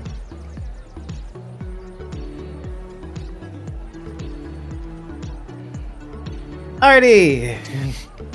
Hey! I'm just gonna... And he comes uncomfortably close to you as he just starts bringing his bag around and trying to fish one thing from his bag into your possession. And you can see that he is currently trying to offload the radio from Artie, the I don't do antenna. drugs. Oh. No. It's cool. It's that sounds way more like drugs when you say it like that. yeah, no, it does. Artie It's would probably... never. That's my job. And Darla's circling on the other side to kind of like conceal this thing. Also very close to Nico, and it's probably awkward for you. She's fine. Why are you being weird about a radio? Just because I know some people chased us. You can just have this, and he just Fish it in your bag. steps back a little bit. Why are you giving this to me? I don't know. I saw that, basically, Darla wanted to go out there to check, what was happening with the antenna, and Hey! oh, Come here! Oh yeah. It's good to see Drake is. Drake, look, this is the Quick. radio. You're muted again. You're muted. You have a Sorry, strong Drake, we silence, can't right? hear you. We're down here. You have to point your voice down. oh no. Nope. Oh, you must Your be. captions, though. Why yada? Why yada? So you must be Artie in the bench, or what was your name? Darla just looks at Artie. Artie and the bench, I guess. Yeah. Is that Why a did y'all give cool... him that nickname? Where does Bench go? So here's a radio. What is this for? I kind of panicked. We went out back to the antenna early this morning, and there were people in hazmat suits all around. I have no idea how they got there so fast, but I panicked. I thought that maybe we could use the antenna in a more remote way so we're not fixed to one location, and I have this. It probably won't work as effectively, but we might be able to, I don't know, listen in on some things. I don't know if there's a place that you would recommend we keep this, but yeah, I have a place. Oh, You cool. do? Okay. It's the hot cave. Okay. Yeah. What's the my hideout. hot cave? I have a hideout. Right. Oh. Keep my Oh. cool stuff. Cool. But you'll have to swear that you'll never tell anyone, and you have to go through an initiation ceremony to get there. Yeah. Not I'm cool with the that. cave with the dinosaur, right? No. Bad place. Don't like that. Don't go back. Good, yeah. I don't want to go back there. Yeah, Or at least I don't want to see another dinosaur there. That's fair. Also, now that I have all three of you here, side note, Mrs. Sparrow, the science teacher, is going to be trying to keep an eye on us. So just lie. That's okay, I've discovered. She already does keep What? an eye on us. Yeah, but like more of an eye. She's going to Are make you sure that gonna we're not doing elaborate? anything sketchy or like strange, because her husband works for ARPA. Oh, Really? yeah. Yeah. Amadi. Also, Ed, I talked to D-Tune, and we had determined that over the summer I would have met his dad because Okay. we were hanging out before we went out to college. So And Darla knows would... that, but she doesn't know anything else. Okay, lovely. Artie does look surprised at this, though, and... so he's in on the whole loop thing? Yep. He's friends with my mom. He's the one whose voice I recognized. Oh, on the radio. Yep. What did he say? Because you still haven't told us. They were just talking about the black box and that they were working on it. Some weird stuff that didn't make sense to me. Okay.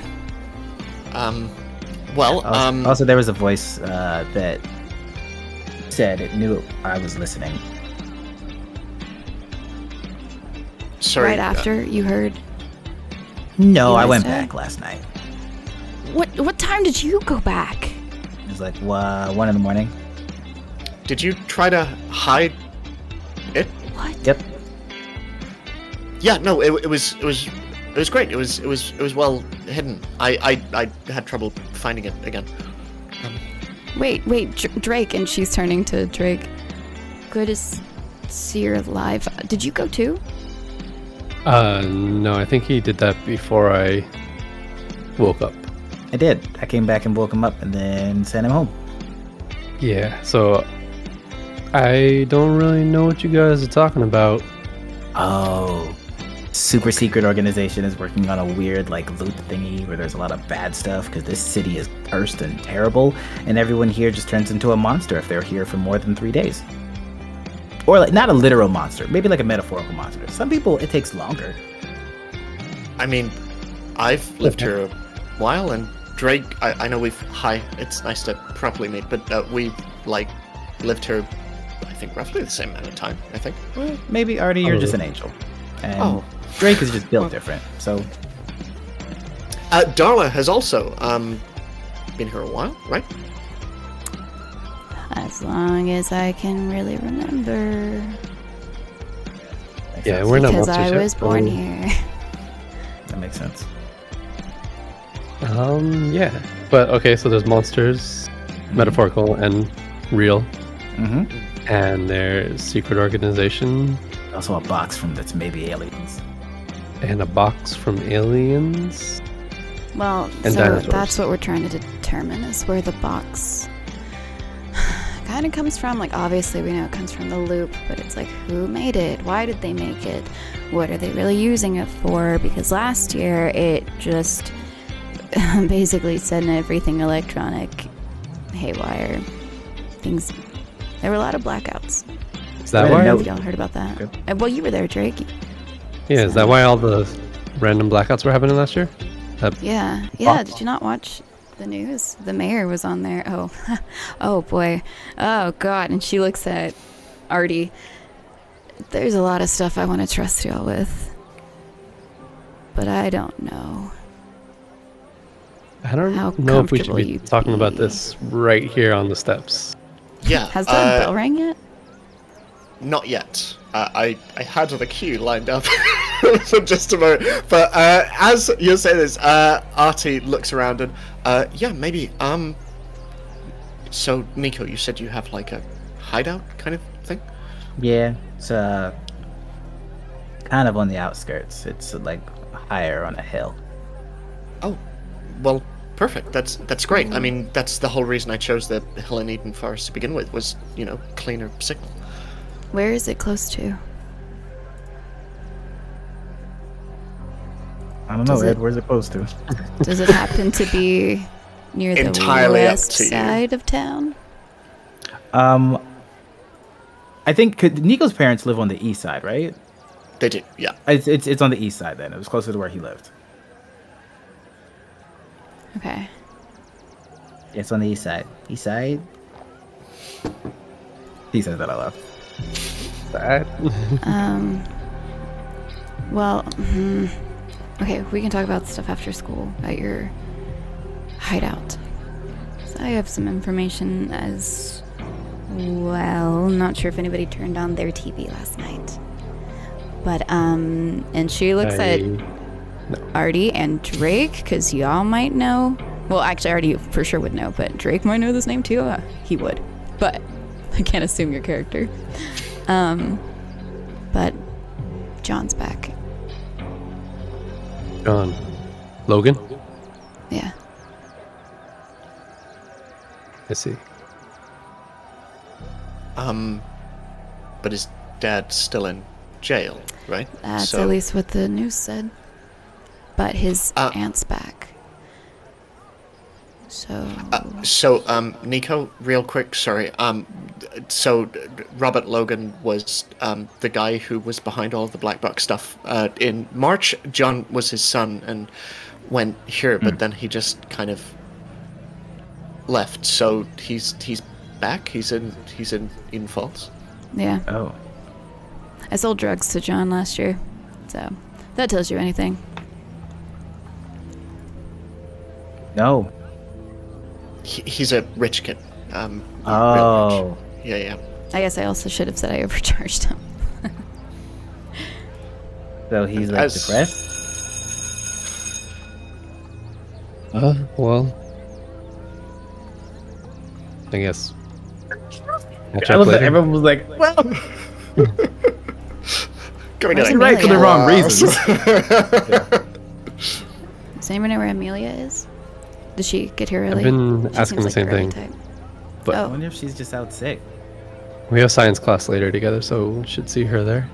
She did go. Oh, she might be sick. She was in that water a while too. Yeah, and then she was like in it to look at the weird thing.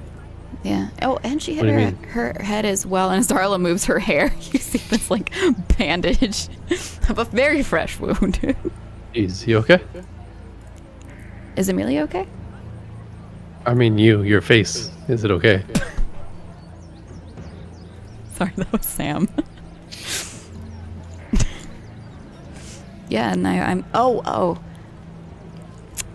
Saved Artie earlier from hazmat suit. Guys, what class is first? I have English. Well,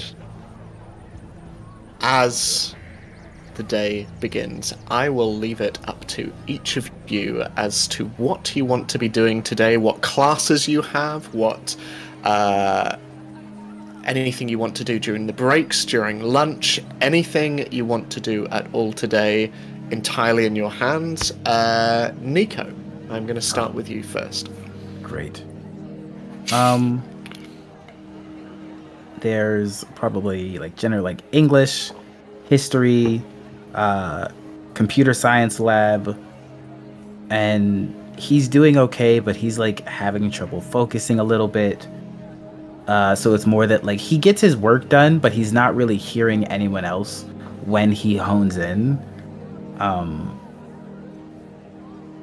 think Nico's like writing notes about what the black box could be, like hypotheticals.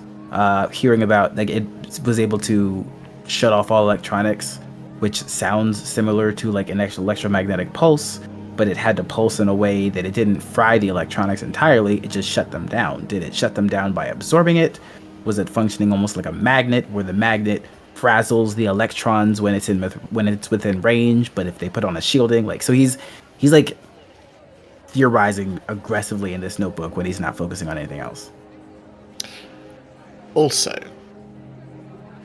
Nico, when you sent me your character, you gave me a secret. Oh, that's right. I am interested, if you would like to reveal this secret to the audience, how your character has gone about doing this secretive thing.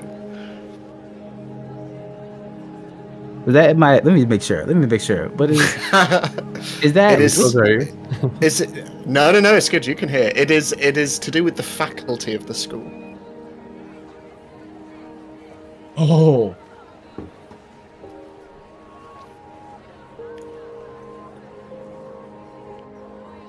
Remind me, because I think now. Which secret was this? So, in your spare time, Yeah. Nico has been effectively tapping the school computers. Oh, those.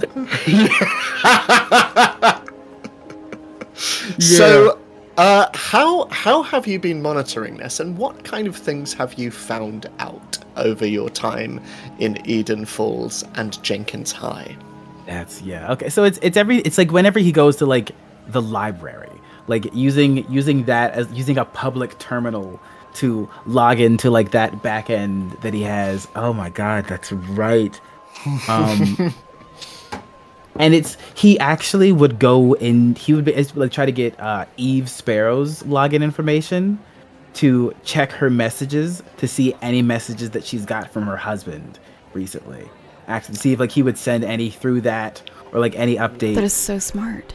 Yeah. Interesting. Okay. It's not where I was expecting you to go with it, but that is exciting. Okay, if you can make a... I'm going to say make He's not interested in most... He sees the drama. It's like, oh, great. The gym teacher thinks that the art teacher's hot. That's not shocking. He looks at her butt too long. So, can you make an investigate check for me, please? Yes, I can. I'll say you only need... I was going to say one success. There it is, one success. So, looking at your messages, or rather, Eve Sparrow's messages, you would see that there are a couple of messages from earlier today. You get the impression that this was probably the first thing that happened when Eve came in this morning. And the initial message is from her, and it says, breakfast out for you. You didn't come back last night. Hope you're okay. And the response is, kept late at work. Problem with kids. Might be happening again. Want to keep them safe. So does Meredith. Nico is involved. Look after him. Look after Darla. There is also an Amelia Oliver and a Drake. Didn't get last name. And Eve just messages back. Are they in danger? To which he responds, I don't know.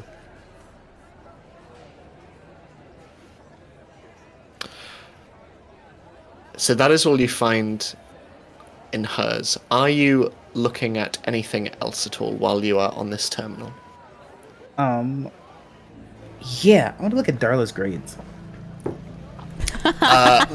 Most of them have dashes next to them. Yeah. You have never seen a more atrocious attendance report. And as you are They just push her through. They're like, just get out of school eventually. It does make you wonder, because there are plenty, and as you're looking through, you see plenty of reasons why she would have been expelled in the past. There are suspensions, but no expulsions, and honestly, for the amount of shit that she has pulled in school, this is shocking.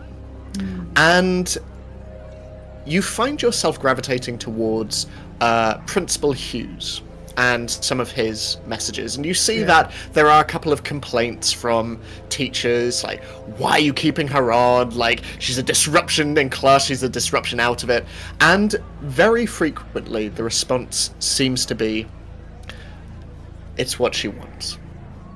She wants us to expel her. And Principal Hughes seems to want, beneath his fairly harsh and authoritative exterior, he does appear to want what is best for his students. Make another investigate roll for me, please. Bet. 1 success.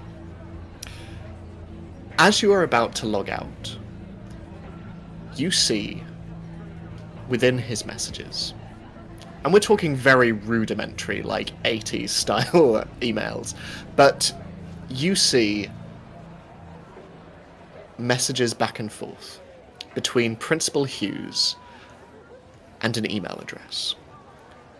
An email address that belongs to one Delilah Logan. And it is a request. A veiled demand, but a request. The family needs the school to be closed. No staff, no supervisory custodians, but they need it closed on Sunday, the 30th of October, this coming weekend. The Logan family has donated a lot of money to the school over the years. Robert, before his arrest and imprisonment, was a governor. They practically funded the football pitch and they funded the build of the new science wing. It is the least that Principal Hughes can do. This is a request, but they are willing to offer money if needs be. And Principal Hughes, by the looks of it, has agreed.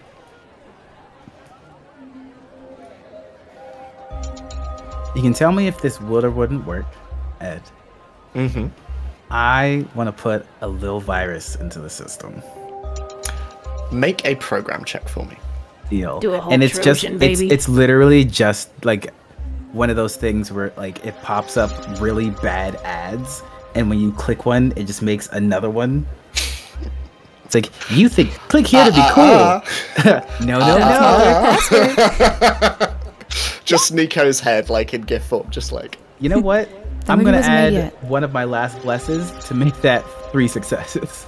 Okay. So is this just to slow down Principal Hughes' computer, or is this to plant something? Is this to gather information? What is the, with 3 successes, this virus can do whatever you want. I want it to basically ruin the school day. Okay. Today? Or Yeah. Okay. I want Oh my it to ruin the gosh. school day, and I want, like, basically Nico wants to know how easy that is to do. I will say, over the course of the day, you see frustration in each and every corner of the school as this, like, wildfire spreads. It Yeah, is I think very quick. I think it's like the Raven. It's like, there's like a little pixel Raven, No. and like it like hops over, grabs the cursor, and like it's just obnoxious. news of the Raven spreads, and in lunch break, everyone is talking about it. All of the students, and it impacts classes, it impacts teachers, and you can see the tenor of the staff in the building shifts dramatically. And as you sit there, sort of eating your lunch, you are aware that if you were to do this again, probably half a day. You could probably do it in half a day. Drake, what are you doing with your school day? I go to my classes like normal. During biology, whatever. Look for Amelia. See that she's not there. She isn't. Yeah, I just assumed that she's sick, like everyone said, or resting because it was hectic. On my lunch break, though, I'll go to the roof.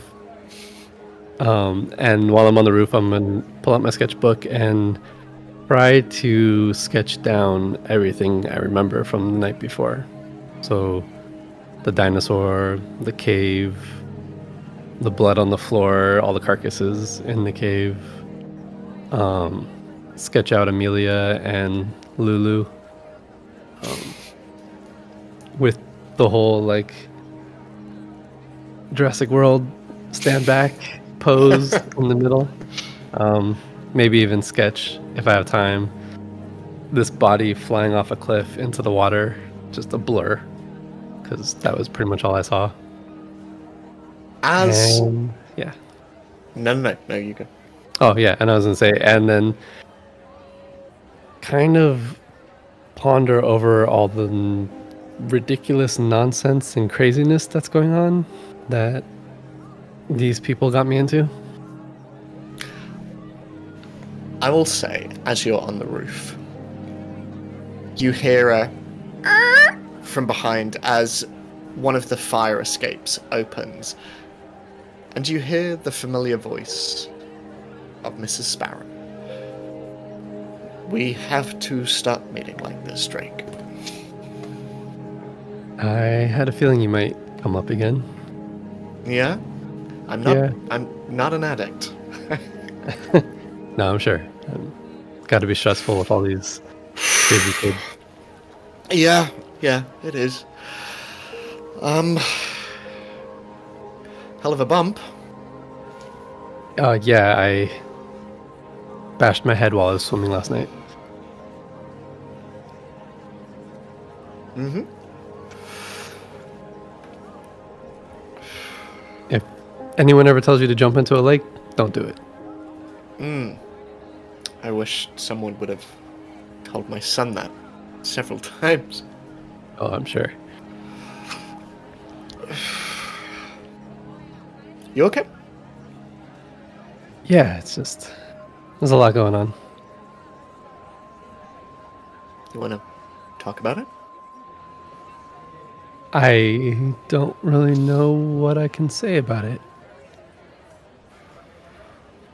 I'm trying to So, do like you said the other day, or yesterday. Trying to be more open and make friends, I guess. But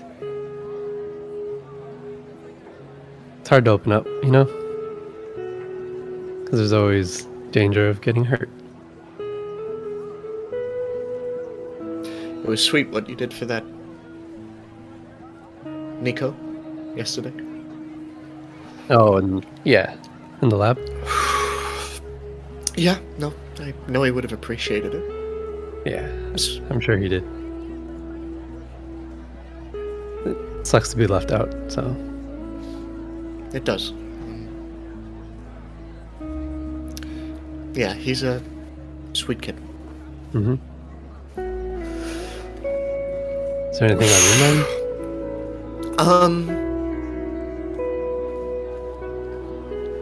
No, just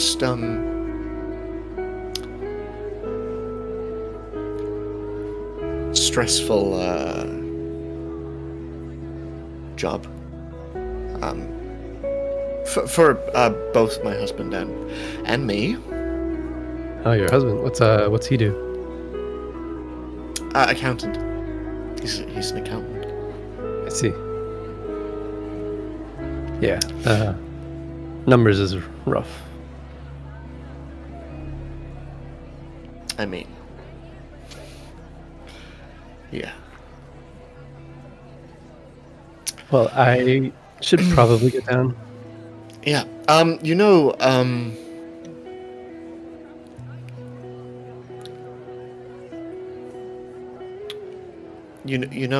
I have your best interests at heart, Drake. All of the kids, but I'll always. It's okay. I know. You. Oh, one last thing before I go. Did Amelia, Oliver, her parents, or her call in sick today or anything? I noticed she wasn't in class. No. I was wondering that as well, but no, nothing. I'm sure it's nothing. I was just curious since we did the lab yesterday and everything. But yeah. Thanks for always looking out for us. See you later. Bye, Drake. And the fire escape closes behind you. And as you walk on down into the school hall, it is break and the corridors are teeming with individuals. And as you're walking down the corridor, you see coming in the opposite direction the tall and muscular, if somewhat paunch figure of Coach Gleason, who just snarls at you as you walk past. And you can wear that Letterman's jacket, it doesn't make you one of us. Yep.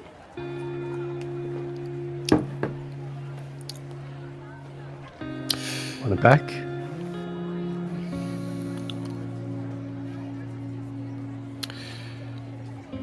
No. No, I don't. And he looks you up and down and... Do you have some kind of problem? With the team? The school? Kid? No problem. Just gotta take care of myself, I guess. Sure.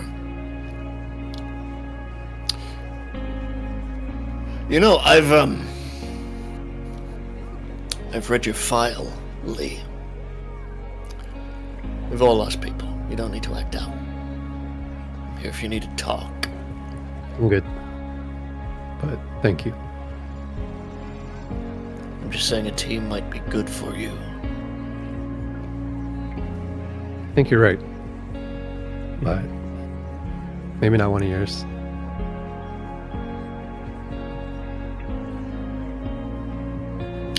Get out.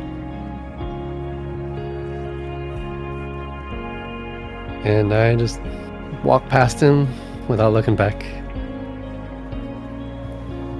He follows you with his eyes. And he walks on. Miss Darla, what are you doing with your school day? I would have punched him. But she would not leave Artie's side. So she would go to classes that they have together, and then she would just skip her class and stay outside of his for the ones that they don't have together. Just because she is very concerned with the fact that he was being chased by two guys. And during this day, has she noticed anybody on school grounds that isn't usual? Maybe around the halls, or teachers acting weird, looking at Artie, looking at her. She probably wouldn't have paid too much mind to Drake and Nico because she is so focused on Artie. But make either investigate or comprehend, whichever you would rather. Well, I've been hanging out with my anchor all day, Ed. Yeah, you can. Yeah, you can clean your... Yeah, but obviously I'm still ow, but, a little better. No, over the course of the day, like, if you are not leaving Artie's side, that is all the anchor you need. No, yeah, just where she's not allowed in the class, because I'm a disruption. Okay. Oh, cute. Good thing I have some blessings. Did you say how many successes I need? I did not. I am going to determine how successful you are based on the amount of successes you have. It's not my favorite.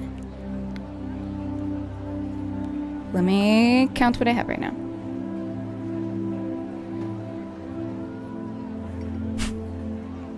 Okay.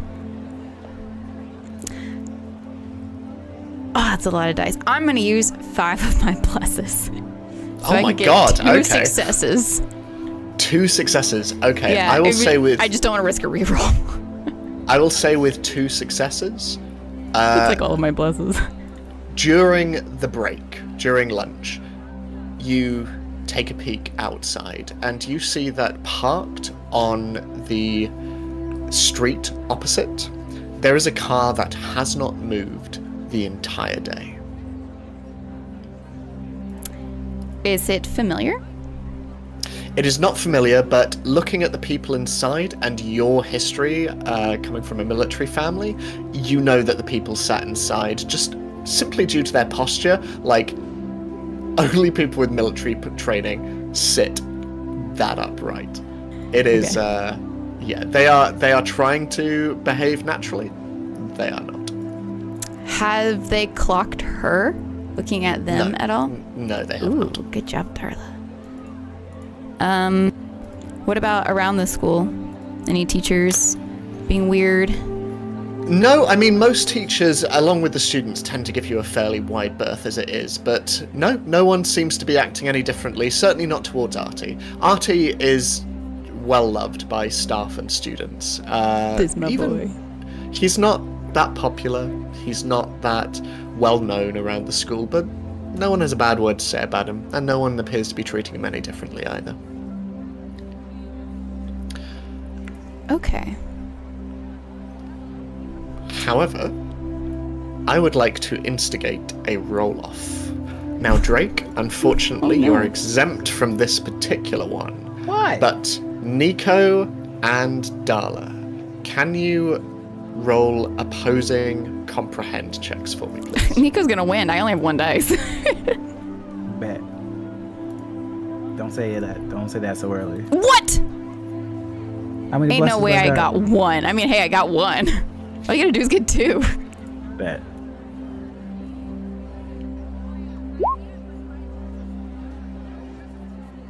It's not. That shouldn't even be possible. That's what I'm saying. That's what you should have said nothing. And like, my blesses aren't enough. You know what? I'm gonna use the luck point. Get 6. Oh, I can have it. Choose a condition. Hurt, I'm pride. broken. I'm just Heartbroken. These kids don't like me. I don't like these kids. Maybe these kids like me, but maybe it's all a lie. If my mom lies, everybody lies, except my dad. Hey, But we're you know what? He excited to go probably to does Hot too. Cave. Like, Nico is just... He's depressed. He's stressy, baby. So during the lunch break, the 3 of you, are you coming together? Are you staying separately? What are you all Wherever doing Artie during goes. the lunch break? Which I Okay, assume Artie Artie is would go going to toward be wherever in- Nico is, because Nico has the radio. And Nico probably goes towards where Drake is, because Drake's the GOAT. Facts. So Drake, you, from wherever you are at lunch, where do you reckon you would be positioned? In the hall, or about by the football pitch, or? So when I came down from the roof and then I walked past everybody, coach, I was headed to cafeteria to see if I could find Nico, realizing that Nico probably wouldn't be in the cafeteria, so went to the back of the school to see if he'd be around there, and then headed out, grabbed him, and then was going to like sit under the bleachers or something, somewhere where we could be a little private. Okay, so I would say as the 2 of you are sat underneath the bleachers, and Darla, just by virtue of being with Artie looking for Nico, sees them out of the window of the cafeteria and immediately starts making a beeline towards them. Darla, Yes. as you are walking, which one of you two, Nico or Darla, has the comic book that you found last night? Darla was holding it last, but I don't You know. think she gave it back? Probably not. Then Knowing she her. probably took it. She was like, "Let me Because see you were that." doing your tech stuff, so she probably would have put it in her bag. Yeah, that's why. And hid So- it from you. I will she probably say, forgot she didn't have as it. you are on your way to Artie On my way. and Drake, you would see that sat on a nearby red brick wall, sitting cross-legged with an exercise book out in front of him, sort of pressed on his lap. You see TJ. And he's looking down, and at first you think nothing of it. He's a stone's throw away from where your friends are currently, and he is sitting cross-legged on top of this brick wall, and he is writing in this this lined exercise book. But in the margins, you see that there are drawings. There are dragons, there are aliens, but there is one that catches your eye. It is a spaceman. A spaceman in a yellow suit and a black, opaque, spherical helmet. And it looks identical to the cover of the comic book that you carry with you now. Seeing that and catching it for a second and then kind of looking away, not thinking anything of it, she would then just like look over and grab Artie's wrist and just start yanking him with her straight over to TJ. And her approach, it's probably a little more aggressive than TJ was expecting at all that day. Obviously not trying to come at him, but at the same time she's on a mission and she sees what he has. And she approaches. Is he looking up, or is he gonna be surprised? No, he's just doodling in his book. He's having a grand old time. Yeah, she shows up, kind of probably blocking a little bit of the sun of where he's sitting, and so the shadow just comes over him with her and Artie next to him, and her pointing. What character is that? Huh? I don't know yet. What do you mean you don't know yet? When was that made? Oh, I'm still. Oh, this. Yeah, I kind of doodled this in class yesterday. You made I this. thought it was. Yeah. Well, it's kind of. So I'd know if you watched a lot of old like Flash Gordon or Buck Rogers, but my dad was obsessed, and so by kind of osmosis, so am I. And yeah, I just was kind of thinking, I don't know, it'd be kind of cool to do a kind of like throwback kind of comic thing. I don't know. I don't think it's anything yet, but yeah, no, kind of cool. Yeah, Spaceman from Pluto is kind of the thing I'm thinking, but I don't know. Darla Wait. just mouth drops. She just looks at Artie. What is it? This isn't a character that's been around for a while. Potentially no. with 52 issues of comics. You're a comic kid. Yeah, no, well, no, I like comics, but no, it's, unless I'm plagiarizing something I can't remember. No, that's, yeah. Why? Were you out in the forest yesterday? No. Or No, recently? I was watching Macross at home. Okay. And she's looking around to see if anybody is looking at them. I would say at this point, Drake and Nico, you would probably see this fairly intense conversation happening not too far from where you are. And Darla would get lower, like to more his eye level, so she's just sitting on her legs and is reaching into her satchel and pulling out this comic that looks old and well-loved, but has the spaceman from Pluto character on it, and she's gonna, holding it in her hand, she then kind of turns it around and just like lifts it up to his face. Did you make this? No, but and he looks between his sketch and the cover, and God, I guess I really did. Well, I was hoping it would be original, but I guess not. I don't think you're wrong. But, and she's gonna kind of lift it to where he could see the date and really shove it in his face. Not realizing where his eyes need to adjust, but just like, do you see the date? That's not normal, right, for comics? I mean, this is funny. This is a funny prank. I mean, well done. It looks very authentic and old. But, who do you think is pranking you right now? you? I thought or am I wrong? Yeah, I found this with Nico Markov last night, and Artie was with us too. He sort of looks over your shoulder, and seeing you in the distance, Nico, TJ just kind of gives a wave, and then Darla looks behind her shoulder because she didn't know he was there. I don't know what to tell you. I mean, maybe a prop for something. I don't know. And with this, he sort of a little disappointingly just sort of like tears off the sketch in his exercise book and scrunches it up a bit. But you know, I guess. Oh well, no art is new art, right?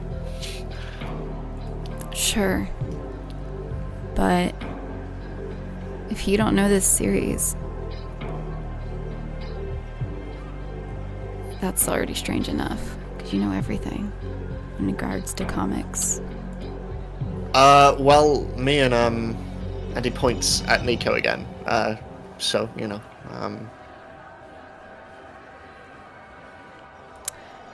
Huh. Do you know anything about the Loop? Do your parents work at the Loop? No, not at all. Damn. Why? And she just stands up and just looks kind of frustrated and stuffs the comic back in her bag. And are Nico and Drake approaching? Yeah, sure. You don't have to. No, we can. Drake, let's go. Drake, keep looking at us. Okay. More like TJ does. You Trying to lead look out. at once. All right. Try to make myself bigger behind Drake. Hey Nico, how you doing? What's up, bro? Oh yeah, no, good bro. I'm okay. Yeah, just comic talk, you know. Oh, right, that's cool. Yeah. Yeah, no, just this really dope looking spaceman from Pluto thing. Yeah. The future one. Oh, what? Yeah, Drake, we found a comic book from the future. Of course, that makes sense.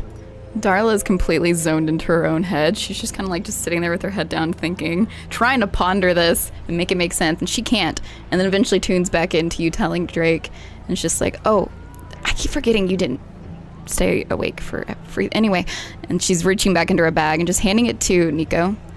And just, I thought I'd ask DJ here if he knew about this because, and she's just pointing down at his sketch.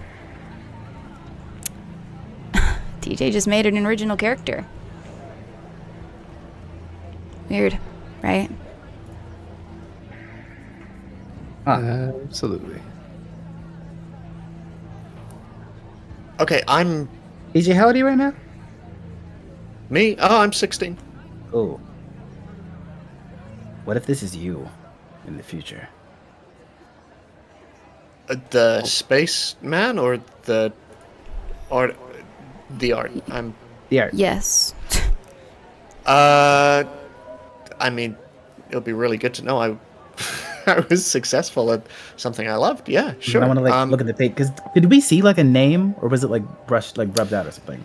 You saw that there was faded out lettering. If you would like to try and investigate it further, you can do. Investigate Yeah. or You do it. Because comprehend, I tried to whichever see you if it would was rather. TJ, and I got not enough successes.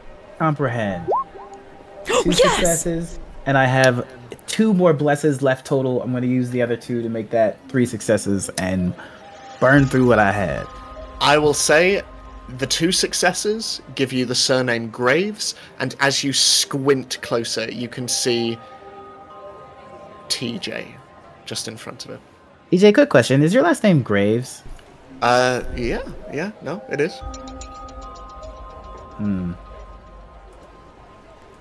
So that really Maybe was this a isn't you. dinosaur. She looks at the group walking up with her, or who walked up Wow. with her. But well, you know what, TJ? Let's. What if this is you from the future?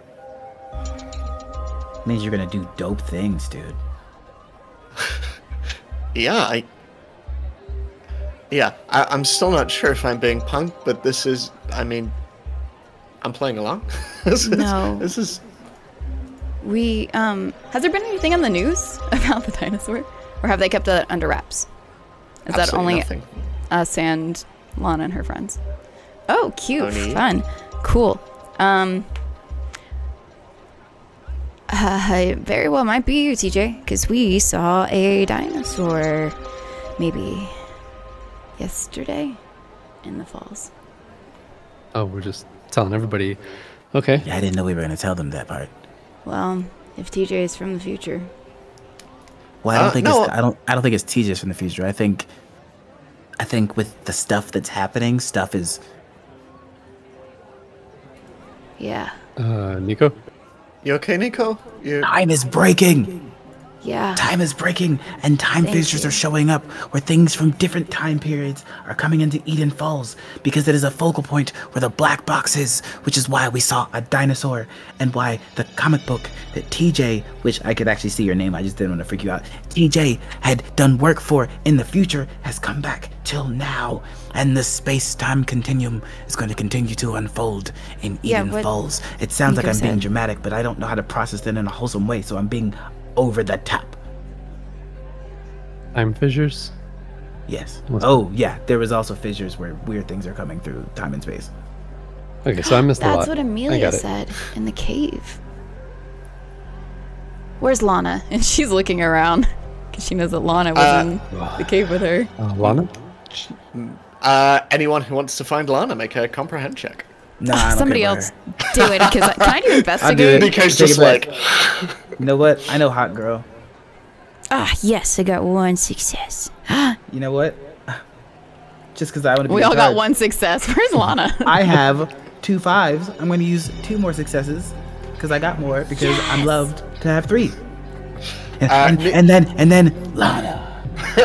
She just appeared. Lana, just as you look at her, you can see that she is currently on her way towards the football pitch, and it looks as though that she and a couple of other people are about to, they're preparing for their sports session after lunch. Lana. Oh my god, sorry, just a moment. What? Lulu. Don't call me that, my mom calls me that. What? Oh, that's cute. Come here. No. Why do we want her? I have questions. Ah. Oh. Sorry.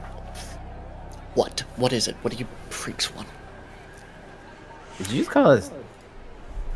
Don't worry, it takes one to know one. Anyway, you were in the cave with Amelia last night, right? Yeah, Don't answer no, that. I was, Obviously, the answer is yes. What did you see? Well, I didn't really see. What did you see, Lana? I saw there was a rusty bit of metal that she took out of the wall, and there was something. I don't know. It was like hanging in the cave. I don't really know how to describe it. I couldn't look at it directly. I could only really see it out of the corner of my eye. But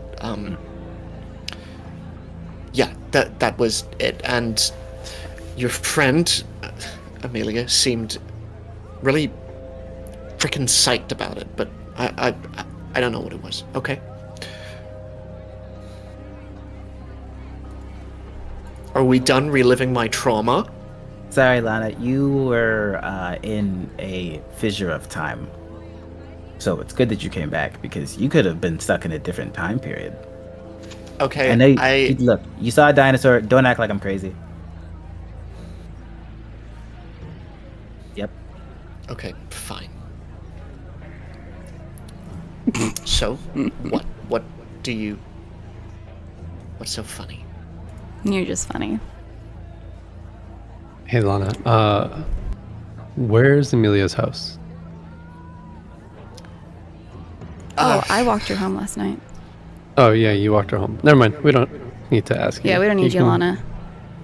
You can go back to... Lana, you're great. We might, you know what? You're one of us. Ha, you are not. Okay, And fine. you know that. You're one of us, not counting... Never say. That's not really any better. And she just, like, begins to walk away from you all and Bye, Lulu. heads back towards her friends.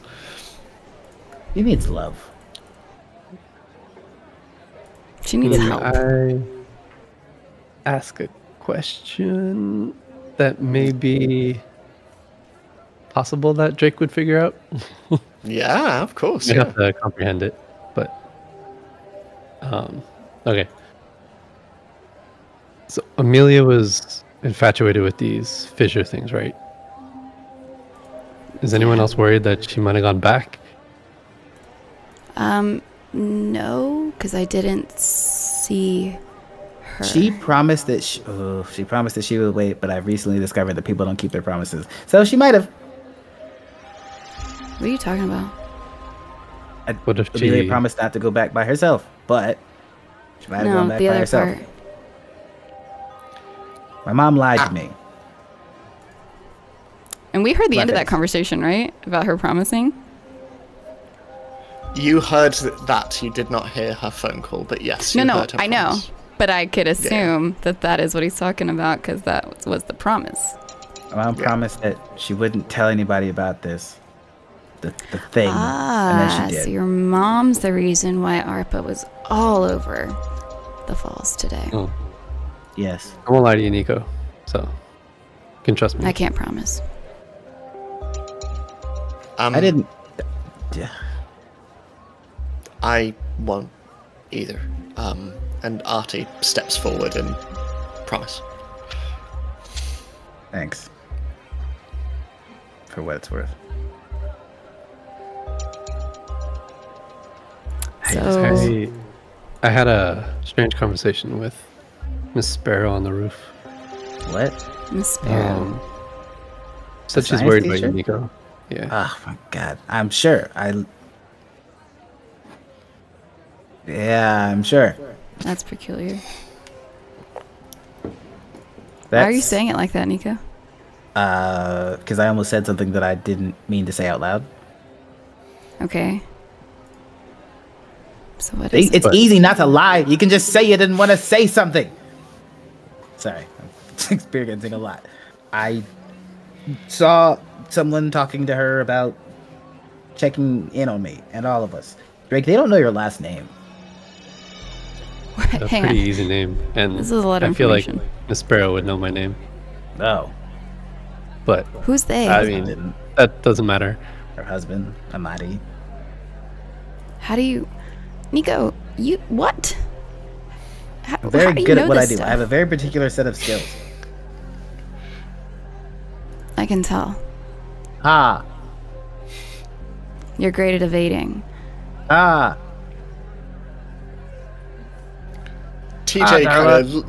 TJ leans in and, okay, so you clearly all got something going on. I need to go get ready for my next class, but hey, if you need me for any more comics stuff, let me know. Keep I guess. drawing. Thanks for Continue looking your like 10 dream. years. Just keep doing what you're doing, man. And he sort of still kind of unsure as to whether this is real. He's unsure if he's just not in on the bit, but he looks at you, Nico, and he sighs and he brings out a Sharpie and just like signs TJ on the front cover and, just in case. And he heads off. Okay. Well, I'm ready to skip school if anybody else is. We can go to your hot cave. Yeah, but before we go to the cave, we should definitely check on Amelia, because I'm still worried about her. Fine. Or Go we check can on your call her, I girlfriend. guess, if you have her number. Save us a trip. I don't have her number. I met her yesterday. I don't have her number either. Go check on your girlfriend. It's fine, Drake. Girlfriend. Just there was a dinosaur, there was a car crash, I was unconscious for hours. I'm just worried about the one person that's not in here right now, okay? That's fair. That's fair. That's Dang, fair. I but thought you it was didn't say you Amelia didn't and wanna- Nico dating. Didn't say you didn't want to kiss her, so. Okay, let's go check on Amelia. So, you leave school early, which for you, Does Darla? Artie go? Or am I picking him up later? Artie takes convincing, but it's you. He's gonna go wherever you go. Artie goes along with you. Yes. Is it possible I could lead into making it an early day because of what I was doing to the computer systems? Yeah. So instead of absolutely. like skipping school, it's like, okay, we have to reboot the systems. It's a half day. What a shame. You had 3 successes earlier, so 100%. I can say, yeah. As you are heading back towards, you hear Miss Crit Wiley's voice over the speaker system, and all right, everyone. Due to technical difficulties, certain classes are simply going to be, and there is a preemptive woo from all of the students. And all right, try not to be too upset about it. And it just as everyone begins to funnel out of the school, and you can see even a couple of teachers just going yes as they head towards their cars. Yeah, where are you all going? I guess really I convenient. would be, yeah. Yeah, I'd be wow, leading. that's wild. How did that happen? While we're having this conversation, Darla would be leading you to where she remembers Amelia's houses. As this happens, Nico. Oh, come on. Is that No, Nico it's good, baby? it's good, it's good. The radio in your bag starts. There's a static to it. It is sort of phasing in and out a little bit, but you can tell that there is a signal that is nearby. If you would like to try and Yes, let's do it. something with Would Artie notice that too? Not. It is literally on Nico's person, so not until Nico takes it out. But yeah, Oh, I thought it made like a sound. it is a static, but it is very, very soft and muffled by Nico's bag, and indeed the crowd that is around you. There are lots and lots of students around you. Get already out of my business, Sam. Also, can I keep an eye out on that vehicle? Absolutely, make a comprehend check or investigate, whichever you. Yeah, grab. investigate. Thank you. At least I have one there. So, Nico, as you bring out the radio, and it is just. What are you doing with it? You can tell that from the sort of slowly spinning dial on its side that it appears to be picking up a local frequency. Okay, yeah, I'm gonna try to just like narrow in, hone in on it, if whatever way possible. Whether that's like adjusting the distance, trying to clear the static, even if it's like duplicating the sound of like left side, right side. He's trying to clear the static in any way that he can by like grabbing the dial and then just like ever so slightly with the twist and turn. I will let you use whatever skill you would like for that. Let's go, tanker. Yes. Okay. There's still one more success too, at least, because of a reason. So that's the 2 successes. One more bless. Excuse me. 2 successes. Okay. I want to know and- blesses make a difference, yo. I I've never know. been this successful in my life. Bless Nico more. And Darla, what did you roll? Sorry. Oh, I got like a 4. And Don't lie to it me, also a sir. 0. And then I re-rolled and got a 0. Okay. So, take a condition, number 1. But as you are walking away through the crowd, the car is lost to you behind the hordes of students. And with your 2 successes, Nico, you manage to lock in on a landline. A landline that is calling. It is calling someone familiar. It is calling your house. And you hear the following. A bit of static. Nico! Nico, it's Amelia. Please come on over very quickly. I found something and it's interesting. It's very, very interesting, and I need you to come see this as soon as you can. In fact, bring everybody over. Bring everybody over as soon as you can, Nico. I beg of you. And just come on over from the back door so that way you don't disturb anyone in the house, and I'll let you in, and we can talk about it all. I'll see you all soon. And you hear the soft muffle of voices in the background of, "Who's that, Amelia?" And then it hangs up. Do we hear that? I would say you hear bits and pieces of it, but Nico is the only one who hears it all. So can you repeat that? Can you do that one more time for me? So, in short, it was Amelia calling you from her landline to Nico's, and receiving only a voicemail. It was simply, "I've found something interesting. You should come over, bring everyone, and come in through the back door." That was Amelia, right? Yeah, what was that? She's okay? Yeah, she said she found something and that we should go to her place. Well, it's Okay, a well, good thing we're on our way. good thing we were gonna go there anyway, right? Yeah. All right, Darla, lead the way.